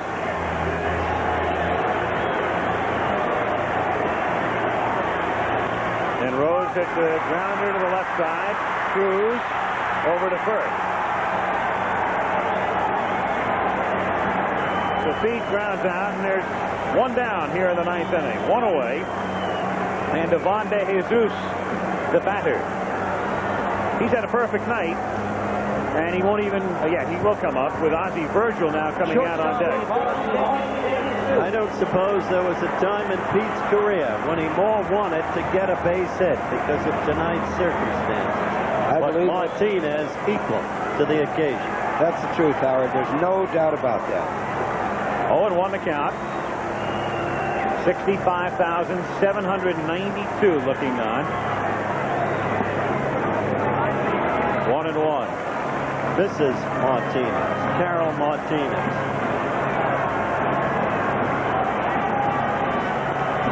In the air to right center field. Shelby going back and makes the play at the edge of the warning track. To De Jesus, who does not really have a lot of power. He's got track power, as they call it. Hits one to the track. 2 down. So now it will be Ozzie Virgil, the backup catcher, and a man who won a very dramatic game against the Giants in early September here with a 2-out grand slam home run in the ninth inning. And the scouting report on Ozzie Virgil is a fastball hitter.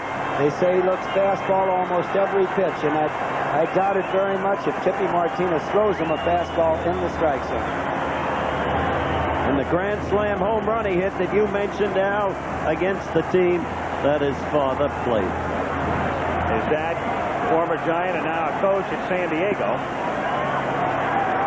1-0 the count. Joe Altobelli, his club is 1 out away from going up 2 games to 1, and he sends Storm Davis tomorrow against John Denny.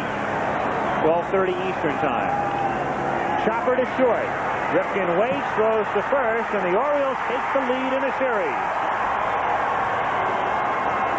Chippy Martinez and Sammy Stewart out of the bullpen to preserve it as Philadelphia takes the early lead, and then Baltimore comes from behind to win it. Earl, I don't suppose from Baltimore's point of view there could be a bigger victory.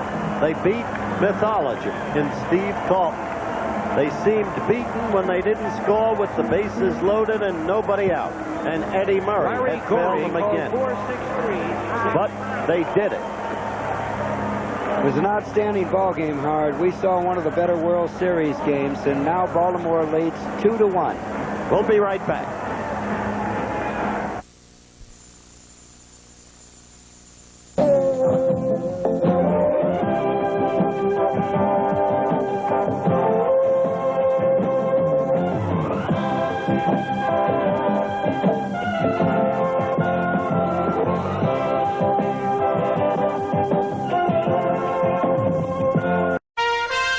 Good evening, ladies and gentlemen, boys and girls. Welcome to Fenway Park, home of the Boston Red Sox. The first game my dad ever took me to was July 1st, 1920. And Walter Johnson, the big train, pitched his only no-hit, no-run game. The first day that I ever came to a baseball game. I started to get holes out here that I never had before. Summer come, lighter bat, boom, pulling the ball. And heck's sake, it was easy. In fact, with a little luck, I might hit 400 without any sweat that year. I hit the ball good.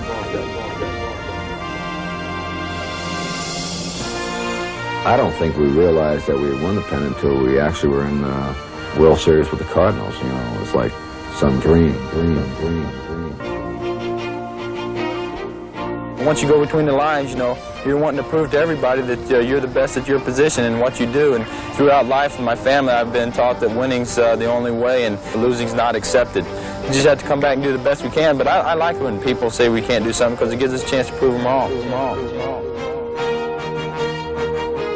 Red Sox fans are ongoing, enduring, continuing, and they last generation after generation.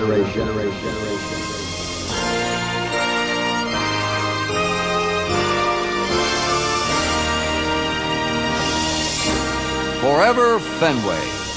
75 years of Red Sox baseball. Here in what John Updike called a lyric little bandbox of a ballpark, play the eternal rhythms of youth. This is Fenway Park, where every nook and cranny tells a story of pennants won and lost, of great comebacks, of 1967's impossible dream. Indeed, here lives a procession of treasured moments that stretch back 75 years. Turn of century Boston, a city of 500,000 where the past and the future mingle through time on its bustling streets.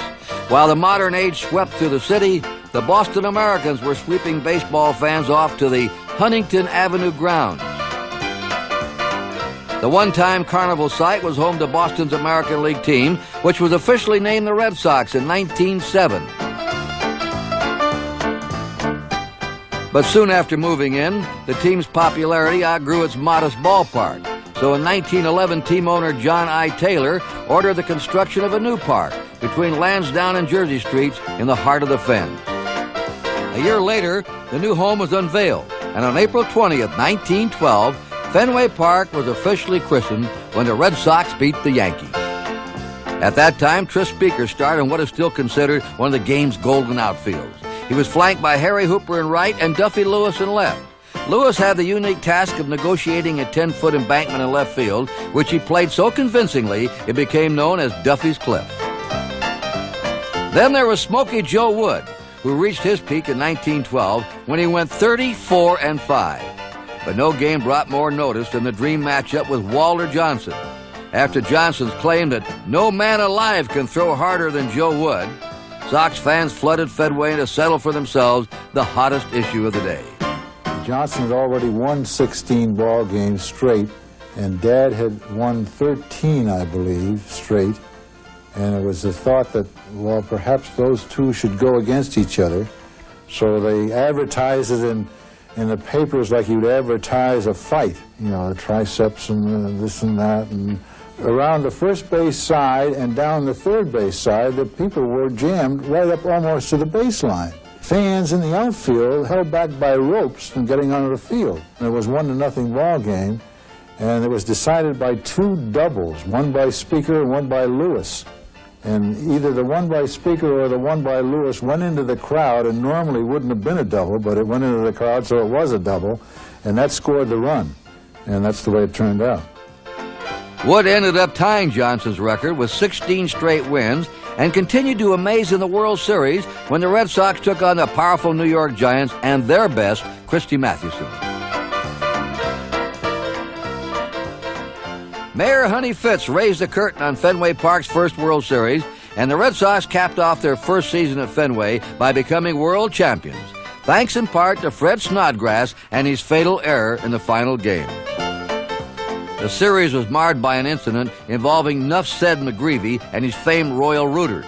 It seems the Red Sox sold the Rooters seats to out-of-towners for one of the games at Fenway, and a protest resulted in a near riot with mounted police. Undaunted, the Red Sox went on to win their first World Series in their new home.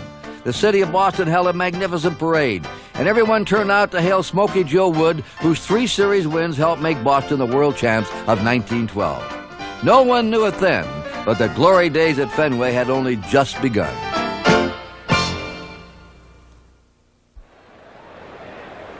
Oh, I love Fenway Park. Oh, I love Fenway. There's nothing like it. It's intimate, it's homey, it's chummy. You feel as though you're in your own living room. You know, the Red Sox become part of your life, part of your family. In 1914, Babe Ruth arrived in Boston, courtesy of the minor league Baltimore Orioles and $2,900. A bargain to Sox manager Bill Kerrigan, who said his new pitcher looked as if he might be handy with a bat. For now, Ruth was confined mostly to the mound, where he led an illustrious staff with 78 wins over 4 years. The Babe also captivated fans with his bat, for he wasn't just the game's best left-handed pitcher, but already the best player. With him, the Sox won 3 World Series in 4 years, and by 1918 had become a dynasty. As the decade drew to a close, a police strike shook the city of Boston. The news arrived that World War I was over, and the Red Sox suffered catastrophe. The Red Sox in 1918 had a World Championship and had 3 championships out of 4 years. But suddenly, of course, the fortunes of the Red Sox fell apart because we had an owner by the name of Harry Frazee. He produced plays on Broadway, and he had his troubles keeping the productions afloat. The story goes that old Jake Rupert would send scouts to see the plays and know the plays were failing, and knowing Frazee's desire, he would offer him a bundle of cash for some of the great ball players that he had on the club. And of course, Frazee couldn't refuse him, and that's how we lost our great stars, and it took us another 10 years before the Red Sox started to build. Indeed, if the 20s brought a wave of prosperity to Americans, they brought disaster to the Red Sox, who finished last 8 times in 9 years in the worst decade in American League history. The blame, of course, went to Harry Frazee, who decimated Boston's lineup by selling 15 players to the Yankees in 5 years. Of course, no transaction proved more treacherous than that of Babe Ruth. Sold for $125,000 and a $350,000 mortgage on Fenway Park, the Babe became a New York Yankee and soon the most colossal figure in the game. While the deal brought New York a dynasty, it brought the Red Sox to ruin, finally casting this dark episode into the baseball annals as the rape of the Red Sox. If troubles on the field weren't bad enough, a fire broke out at Fenway in 1926, and with little interest in the team, the damage lay untouched for 7 years.